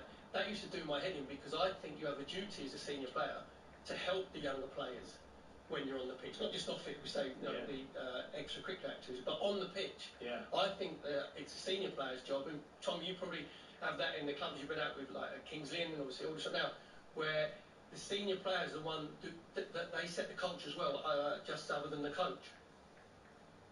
Absolutely. I mean, I hardly go into this room after training days. I'm very rarely in there. I think it needs to be self-governed. You want one or two lads with a bit of character, a bit of history, and you've got to know the right reasons, and also they need to be able to bend the line now and again. And I just think, you're talking about reserve football, it's a massive miss for me. The gap between development football, don't get me wrong, your superstars like your Phil Fodens and your Sackers and these guys who've come through it very, very high club dealing, but the vast majority of these young lads who have this development football for so long, there should be another vehicle, there should be something like a reserve list. I played in reserve teams with somebody like Terry Gross, Jim Kegg, Sam Lee, Russell Osman. I mean, these guys were England internationals, but if they didn't play the first team for whatever reason or another, they played on a Saturday with the reserves. Yeah. Tommy, Kai was just telling us about taking us back to that moment when he made the call that he wanted to dance and didn't want to play football. But he's saying you were a very supportive dad. Yeah, it's nice to hear that. I mean, at the end of the day, all you ever want to do is you want your kids to be happy. Terry would say, it's not quite how he put it to us. It was more like, Dad, I like being the main man, I like getting dressed up, I like being on the stage. Is that right? Centre of attention. Is that right? Is it all coming back to you now? Listen, I love me a Cuban Hill, what can I say? Tight trousers. Honestly, if Nike had brought out Cuban Hill boots, it would be good as stayed. Yeah, but Tommy, Kai said he was a fullback, like left back, right footed. Back in the old days, the fullbacks weren't really like staff. Now, the fullbacks are the main inverted like mad, wouldn't you? They're the superstars. Do you know what? I could have. Listen, the chance is so slim. You know, you heard him now, like how small the chance is of becoming a professional player nowadays. But you know, I chose what I wanted to do, and I'm happy. Listen, if I'd have made it as a football player, I probably wouldn't have been as happy as I am. No, you must be incredibly proud, Tommy, to watch him on TV every week and see him on tour and doing what he does. Well, usually I'm ended up watching him in the car or I'm on a bus somewhere watching him coming back from Yeah. So, that's good for years, but yeah, obviously I'm immensely proud of him. And the other children I've had, you know, his younger brother plays football, his daughter, and like I can say his daughter, my daughter, who's going away through university at the moment. So yeah, I'm immensely proud of them all. But Kai, it's difficult walking through London these days because you've got coppers stopping him for autographs and old lady, his dog and things like that. It's weird. But yeah, I'm really proud of him. Tommy, sorry, do they give you, when they want photographs, do they give you the phone? That's it. Would you mind taking Tommy, I'll just favour, take the picture. Would you mind taking the picture, mate? Yeah. He's going, do you know I played 100 games in the Premier League? Good luck tonight, Tommy. Really appreciate you joining us. Safe journey up. It's going pretty well, isn't it, at Aldershot currently? Yeah, we're doing all right. I mean, we didn't set ourselves any real targets other than making sure we were looking over the shoulder. This kind of the year, because it's been a bit of a perennial habit of the club. And we had a really good FA Cup run, so I think the fans in general will be really pleased with what's happened this season. But like I say, I never set targets, just want to always break through whatever's in front of us. And JK, they were flying and they just qualified themselves for the FA Trophy final at the weekend. Hopefully they're still partying up there and have a game today. Fantastic. Enjoy the game. All the best. Top man, Tommy. See you, man. George, just come back to me like when you said about your fitness, right? Because obviously doing dancing is a different, but you need stamina. You need to have a core fitness. Your dad, as a midfield player, that he could pass, don't get me wrong, but he had that core fitness. He was a runner, wasn't he? Yeah. So you've obviously got that genetically in you. I think so. And you know, there's a. I remember when we were on holiday, he would always run on the beach and like it would just constantly. Oh, I know. I was running with him. But there's a little Easter egg in my family on my mother's side, and my mum and dad, my granddad on my mum's side is Chinese from Hong Kong, and he actually went to school and was in the same class as Bruce Lee as a kid. Wow. So that was that's a little, and I was like, no way. There's no way that's true. He used to give me the videos as a kid. He was like, I went to school with him. I was like, and he showed me a photo. So, and my granddad was very much a fitness guy. Never drank, never smoked, never did anything. He used to train me in the gym as a 14-year-old, little skinny, long-distance runner / footballer dancer. So a lot of the fitness side comes from that side, as well as obviously the sporting side of dad as well. I'm guessing the pool of talent now, because of Strictly, and you said what a influence it was on you, and how you wanted to be one of those dancers when you watched it. I guess the pool of talent has grown because so more kids take up dancing. And so, I imagine you guys being pushed all the time, all the pros. Absolutely. I mean, listen, I'm 30 next year, which is mental to think, really. But you know, I joined when I was 27. And listen, there's fantastic dancers out there. But you know, if we can use Strictly as a vehicle to get kids dancing, you know, my ultimate goal one day would be to get ballroom dancing back into the school curriculum. Not well. I know it was in the old days everyone danced as kids, right? But I just think it would be fantastic for kids to have the option to learn to dance for free, and then if they want to get better, they could go to their local dance school, and then it would be good for the local dance schools as well.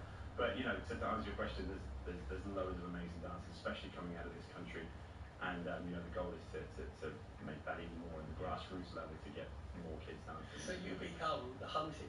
Yeah. You was a hunter when you were younger. You're younger, doing all your ballroom and and doing competitions. Yeah. So you're aspiring to. You see older dancers, you think, right, I want to be you. Yeah. You're the one who's been hunted by the younger dancers. I guess so. But listen, if that helps kids improve and helps kids with their motivation and wants them, you know, get some dancing every day. I mean, I remember dancing every day for 4 hours after school, every single day. Like I had no social life, so I missed my prom. I had to go to a competition. Like I had no social life. But you put the hours in, you work hard, and you know yourself. Football is the same thing. It's desire. And it was just complete focus, and that was what drove me as a kid. And, you know, I'm very lucky to have supportive parents that can help me and you know finance it in the way that it is, because dancing is also not cheap if you want to get to the elite level. But it's one of those, like you say, desire, passion, hard work, dedication, all those cliche things that everyone says now. But it is so true. It really is. And finally, and briefly, golf is another great love. You and your brother are talking about starting a little golf YouTube channel. Yes, we do. We're starting a YouTube channel. We've come up with a temporary name so far. We don't know if it's going to stay, but we like the term With Golf. It kind of has a play on Live Golf, With Golf, a bit controversial. We toyed with On the Dance Floor, if you know your golf lingo, if you know, you know. But it kind of has a bit of a tie in there. But we love golf. It's our meditation. You know, people go out, people do cycling, marathons and stuff. We do golf. We love playing golf, and I'm on the way down handicap-wise, and I've been in touch with Justin Rose over the last couple of weeks as well, because he's actually an Aldershot Town fan, which is and obviously he's playing in the Masters this week, so we wish him the best. But hopefully we're going to get him on and a few other celebrities from like SAS and you know maybe Strictly and stuff. So if you'd like to come on the channel, you're more than welcome. Harry, what's your golf like? It's all right. I'm probably off about 20 at the minute. I got down to 14 now. What's your handicap? 12, but that means you're a 10 then, because everybody cheats at golf. Everybody cheats. No, I'm not. I'm probably actually a 14 really, but Dad's around 18, so you and Dad versus Maybe you should have a bit of a Southampton, that sort of Tommy and Perry era. Could we just not do it in Southampton? Could we do it somewhere else? Yeah. We'll come towards Portsmouth. That's a nice actually, I'll be welcome more at Portsmouth. Well, good to see you, Kai. Thanks very much for coming in. Nadia's Kai behind the magic. They are on tour. Brand new show for 2024, kicking off in Gateshead on the 1st of June and ending in Southampton on the 30th. Tickets, I think, are available now. Yes, on nadiaandkai.com. Okay, and Ticketmaster.co.uk, or else you can pick up tickets. Yeah, lovely to see you, and hope you enjoy the little chat with your dad. I will. Surprise for you. I'll bring him after. Yeah. Nice one. It's Paul Hawksbee and Perry Groves here on TalkSport. Continue the build-up of a big night of football here on TalkSport and TalkSport 2 very shortly. Hawksbee and Jacobs on TalkSport with Toolstation. Conquer the entire job faster and easier with click and collect to over 550 stores nationwide for a job done right. Hawksbee and Jacobs on TalkSport with Toolstation. Get everything you need to conquer the whole job with free delivery 7 days a week on orders over £25 for a job done right. We always back an horse in the Grand National. Just can't beat it. That's the one everyone wants to win. I love the National, but absolutely zero strategy behind who I choose. I'm an each way man. I'll pick someone further downfield. To be honest, my favourite, eh? I would pick the favourite. I back the outsider. Whatever colour top they're wearing, that's me. However you pick your Grand National horse, bet Fred. They're off. Love the National, Bet Fred. 18 plus, begamblerware.org. Listeners, we interrupt the airways to share an incredible discovery. The reason why Britain hasn't been so great of late is because the country hasn't been eating enough Weetabix. We must get to work in rebuilding Great Britain, bix by bix, by delivering Weetabix to whoever's in charge of fixing potholes, to BAR, and people who somehow manage to park over 2 bays. To Britain, we must say, have you had your Weetabix? If you've ever thought of escaping, now is the time with the new all-electric Ford Explorer. You could be heading to a ferry across to France. By breakfast tomorrow, you could be eating mussels in Calais. It's better than being stuck in the evening traffic on the motorway. What are you waiting for? Visit your local Ford dealer today and start your great escape. The new all-electric Ford Explorer, now available to order. Ford, bring on tomorrow. Come on, the Blues! Wearing white, Einstein. Whoops, Sunday League footy so British. Which reminds me, smart meters could help Britain create a future where we're less reliant on imported gas. All right. They help us manage our energy use, which improves the balance of supply and demand. So we could use more wind and solar energy from Britain. Help Britain create a future that's less reliant on imported gas. Search Get a Smart Meter today. Eligibility may vary. Consumer action required. In the Toolstation Club, our loyalty is built to last. We give you 5% of everything, every day. It's less searching for sales, more setting standards. It's money off what you need, when you need it. It's putting the power in your hands. And with more savings when you spend, you can keep on raising your level. Sign up online or on the app and join the club today for free. Toolstation, for a job done right. Subject to £75 a month minimum spend, terms and conditions apply. Let's get the business. Hawksbee and Jacobs on TalkSport with Toolstation. Grab the brand new Toolstation catalogue now for great deals across electrical, lighting and more. TalkSport Traffic and Travel with My Dear Cooling and Heating. Find an easier route to win air conditioning split system projects with My Dear. Win more, earn faster. That's My Dear. In Somerset, the M5 southbound is blocked after a collision. It's happened between Burnham-on-Sea at junction 22 and junction 23 for Bridgewater North. In Oxfordshire, delays on the M40 northbound, that's partly blocked after a collision just after junction 9 for Bicester.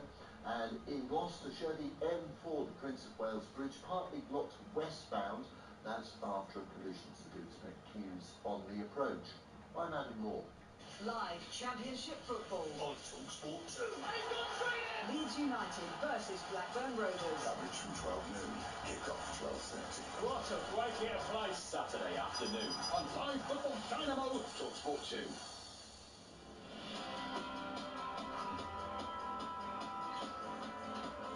We've got some fine racing for you later this week. We're going to bring you 4 races a day from the Grand National meeting at Aintree on Thursday and Friday, and of course the big race on Saturday itself, and our commentary team as always. Dream Team, Rupert Bell and former jump jockey Lizzie Kelly, and they popped in to see us. Good afternoon. Good afternoon. Good afternoon. We were just talking about your Strictly credentials. Lizzie, I tell you, you do like a nice outfit. We see you at racing, so I imagine you'd like all the glitz and the clothes, but you're not sure you're going to be, if they shouldn't issue a come and get me plea, the Strictly people to you.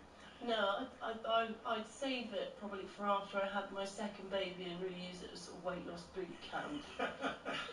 That's when I'd probably be at my most interested. Yeah. Rupert seems a bit more interested in doing it. He was telling us about, he said you should see my rumba. That just sounds like, as you know, a bit of a euphemism. But anyway, no, I've never watched a single episode of Strictly. Really? Never. So it's passed me I mean, by. that takes some doing. It's a bit of Latin into your life, Rupert. Yeah, I haven't seen an episode of Coronation Street. Oh, really? No, I don't think I have actually. Nor on the day. Sorry. You start binge watching Coronation Street from Ken Barlow. Honestly, just go back to show one. It won't be right. Not more than about 4 years. Ken Barlow's still in it. Yeah. Don't go out, eat, or go to the toilet. I'm sorry, dedicated Street fans, but I haven't. Billy Caldwell, Enos Sharp, Eddie Yates, the Oggies. You've got a real treat in store. Fred Elliott. Yeah, I say Fred Elliott. I say hold on there, actually. Yes. Anyway, let's move on to the racing. So, Lizzie, what can we expect from? Maybe we should kick off with the National, because we don't quite know yet all the runners do it, because they're still sort of honing it down. That's right, yeah.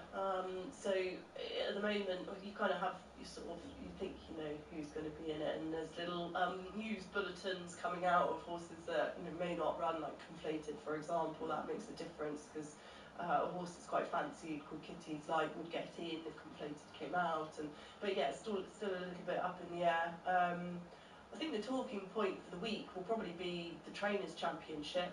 At the moment, Dan Skelton is leading the Trainers' Championship by about £30,000, which is not a lot in the grand scheme of things. And Paul Nicholls, his former boss, is second, and then Willie Mullins, obviously Irish-based, he's sitting in third. So if he were to win, say the Grand National, for example, he's pretty much home and hosed at winning the British Trainers' Championship, which as an Irish-based trainer would be an amazing achievement. But Dan Skelton and Paul Nicholls have both got very good teams that they're sending to that meeting. So yeah, it should be that'll be the kind of talking point, because obviously it's a bit embarrassing if Willie Mullins manages to win the British. Well, it's got 8 horses in the Grand National. Yeah. Is it Gordon Elliott's got 9? Yeah. And there's only 34. Yeah, exactly. And we can only muster 7 potentially. Yes. Right. So that just shows you, combined, they are so powerful. And Willie Mullins would get £500,000 on his prize money won, so it would give him a huge chance. And it probably would just confirm what everybody knows. He's got all the best horses, and when he comes over, he's winning all the big prizes. So it's done on prize. What about Harry? Harry Redknapp, has he been shaken up? Harry, is he in the ballot, or is he not on the waiting list or something? Well, he's had an interesting day yesterday, didn't he? One of his horses. But we're going to come on to that. But first, Lucinda Russell at Corrick Rabbit, obviously looking for back-to-back wins. And she's been, I saw her say last week, it needs to stop rain if he's going to have a chance. And well, it hasn't generally, so we'll talk about the going. But she was also saying the horse has become a diva, Lizzie. You obviously work with horses all the time, train. And she said he's a bit odd. He loves blonde ladies. Whenever he sees a blonde lady, he pricks up his ears, apparently. If he hears a photograph being taken, like my son, he'll turn around and look at the camera. He said he's become a real diva. It's embarrassing. That is very funny. Yeah, horses have a habit of knowing when they're the centre of attention. They definitely know when they've won races, and they can be really sort of chuffed with themselves for a few days. Yeah. Show jumping horse. Yeah.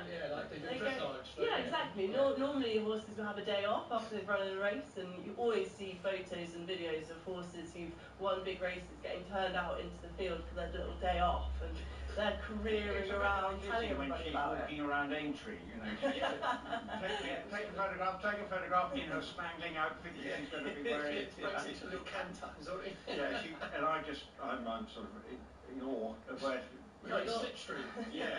So would your money be on Correct Rambler then? No, too short. Right. But trying to win back to back, not many. Obviously, Tiger Roll did it. Red Rum did it. It doesn't happen very often, but he is a good horse. Just a question of how much that Gold Cup may or may not have taken out of it, but it goes with a genuine favourite's chance. But I will be looking elsewhere. But don't ask me yet. Would it make any difference to the earlier start time? Because they said they're trying to get it firmer, wasn't it? Instead of 5:15, it's 4 o'clock. They dry out less, I think, but it's still going to be a wet Grand National. Yeah. It's been sluicing it down, I think, in the Aintree area. It's still going to be wet. The 4 o'clock start time, I see what they're trying to do, and also 5:30 when you've had the gates open since maybe 11:30. With all people have got quite loud by then. Yeah, I think also, it's a bit long build up for all the connections as well, isn't it? The jockeys and the trainers, and it's not very normal to have the main race of the day like that late. What time when you rode in it? What time is your start time? I can't remember. 5:15 I thought it always was, wasn't it? How many nationals did you ride in? Just the one. Right. Yeah, I had a great time. Rode T for Two, who sort of propped up my career for the entirety of it. There we go again. And Grade 1 winning jockey. We got round. I pulled up before the last because I didn't see much point in falling at the last, and we weren't going to be in the first 10. But I said hello to him this morning, gave him his breakfast. Oh, no, that's nice. Yeah, he lives with me at home. Still living. He's still with us and he's still happy. Yeah, that's right. Yeah. I've just got a picture in my head of with the horse in your front room. Yeah, with just pajamas sitting and there. trying to Cornflakes. watching Netflix. What are we going to watch? Put the racing on. It must be on the racing. Barry, have you seen where she lives? That's right. Basically, she does live at the stables, don't you? Yeah. And she looks. T52 Pratley does look through into the living room. Yeah, I can wave him good morning and good night. Yeah. Does he ever stick his head through the window when you're in the kitchen? Yeah, well, he had an injury and he was turned out in our garden, and he would just sort of plod around and look through the French doors. Oh, hello there. Does he give you a note when you say, "Oh, you owe me your career"? That's it. Like that. Oh yeah, no, I'm reminded constantly of that. Yeah. Hugo, her son doesn't get any love. T for Two gets all the love. Poor old Hugo, and Hey, and he sits in the door. Give him an apple. Anyway, Rupert Lizzie's sticking around. I want to talk a bit of golf with Rupert because he's going to put his golf hat on, those daft little visors, I guess, that he'll put on very shortly because we will touch on that. We're going to find out about schooling, which is a term I wasn't aware of until today. We'll tread carefully around that. But Rupert Van Lizzie carrying with us today. 4 races live on Thursday and on Friday from the Grand National meeting Aintree and the Grand National itself. They'll bring you commentary of that, of course, on Saturday. So we'll continue chatting with the guys and continue, of course, building up one massive night of football on TalkSport and TalkSport 2. Arsenal Bayern Munich, Real Madrid, Manchester City, both live on the network. And we'll continue chatting about those a little bit later on in the show. Hawksby and Jacobs on TalkSport with Toolstation. Conquer the entire job faster and easier with Click and Collect to over 550 stores nationwide for a job done right. Hawksby and Jacobs on TalkSport with Toolstation. Conquer the entire job faster and easier with Click and Collect to over 550 stores nationwide for a job done right. The Masters, teeing off on Now. Now he's absolutely launched that. Oh, now. Woods is in the woods. Now that's just magic. No, that's a drive. Oh, now they just pulled that shot. Oh, knows it's the putt that wins him the green jacket. And there it is. Stream The Masters and all of Sky Sports without a contract. Head to nowtv.com. Sky Sports content streamed via internet. 18 plus. Full terms apply. McDonald's winning sips is back. With millions of prizes up for grabs again. Like Coke glasses, Mackey's merch, festival tickets, or even one of our weekly 10 grand cash prizes. Great winning sips now on medium or large soft drinks. Promotional drinks only. N16 the April. App registration may be required. 18 plus. UK only. Terms apply. Here they come, racing lovers of the UK in the Coral Fan Derby. We've got the women with hats the size of houses, boxing in the armchair experts. Neck and neck, it's the number crunchers. Their pencils sharp, their expertise sharper. The parents on a day out are the ones to catch. But moving up on the outside. outside are those who back the horse because it's got a funny name. They've snatched victory and they don't even know it. However you enjoy it, we know it's the fans that make horse racing what it is. Coral, we're here for it. 18 plus, T's and C's apply. Take time to think. If you embrace innovation and believe technology can be magic, let's make it real. Introducing the new all-electric BMW iX2 with its connected technology and a sweeping curved display that lets you stream movies and play video games whilst parked up. Search BMW iX2 to book a test drive. Non-conformists, please form a disorderly queue. Features require a BMW digital premium subscription. App costs may apply. Details on our website. Test drive subject to status and availability. Let me go straight to the point. When you're laying a patio or driveway, you need Sika Fast Fix. It's ready mixed, easy to use and quick to apply. Plus it comes in 5 colours and you can use it in any weather. Transform your next project with confidence. Transform it with Sika Fast Fix. And you'll finish a quality job in no time at all. Sika stock is now at sika.co.uk/landscaping. Hear the biggest sports stories first and fast with the Back Page Review on TalkSport with Tesco Mobile for Business. Listen to TalkSport Breakfast every weekday morning from 6 for the latest breaking Back Page news, plus unbeatable reaction, opinion and comment. The Back Page Review on TalkSport with Tesco Mobile for Business. Join Tesco Mobile and get business phone bills for up to 40% less than the big mobile networks. Tesco Mobile, every little helps. For applicable terms and verification, see tescomobile.com/business. Online, on your smart speaker, on DAB, on the app, and on the money. Live football across April. This is TalkSport. TalkSport News. Don't forget, after all the live football this evening on TalkSport and TalkSport 2, the sports bar, of course, is the place to be, as always, with Jamie O'Hara and Jason Cunningham. He calls in the guys. A big night in the Championship for the Island as well. And England and Ireland's women will be playing all the Champions Brothers over in Dublin a little bit later on. More from Rupert and Lizzie on the racing and indeed the golf. But first, Amelia Beltrout has the news headlines. Thanks, Paul. Good afternoon. Former sub-postmaster Alan Bates claims that he and other postmasters phoned the Horizon helpline over 500 times to complain about the faulty IT system. The lead campaigner is giving evidence to the Post Office inquiry. Bates told the inquiry he was sure there were problems with it when he was sacked in 2003. Stop playing.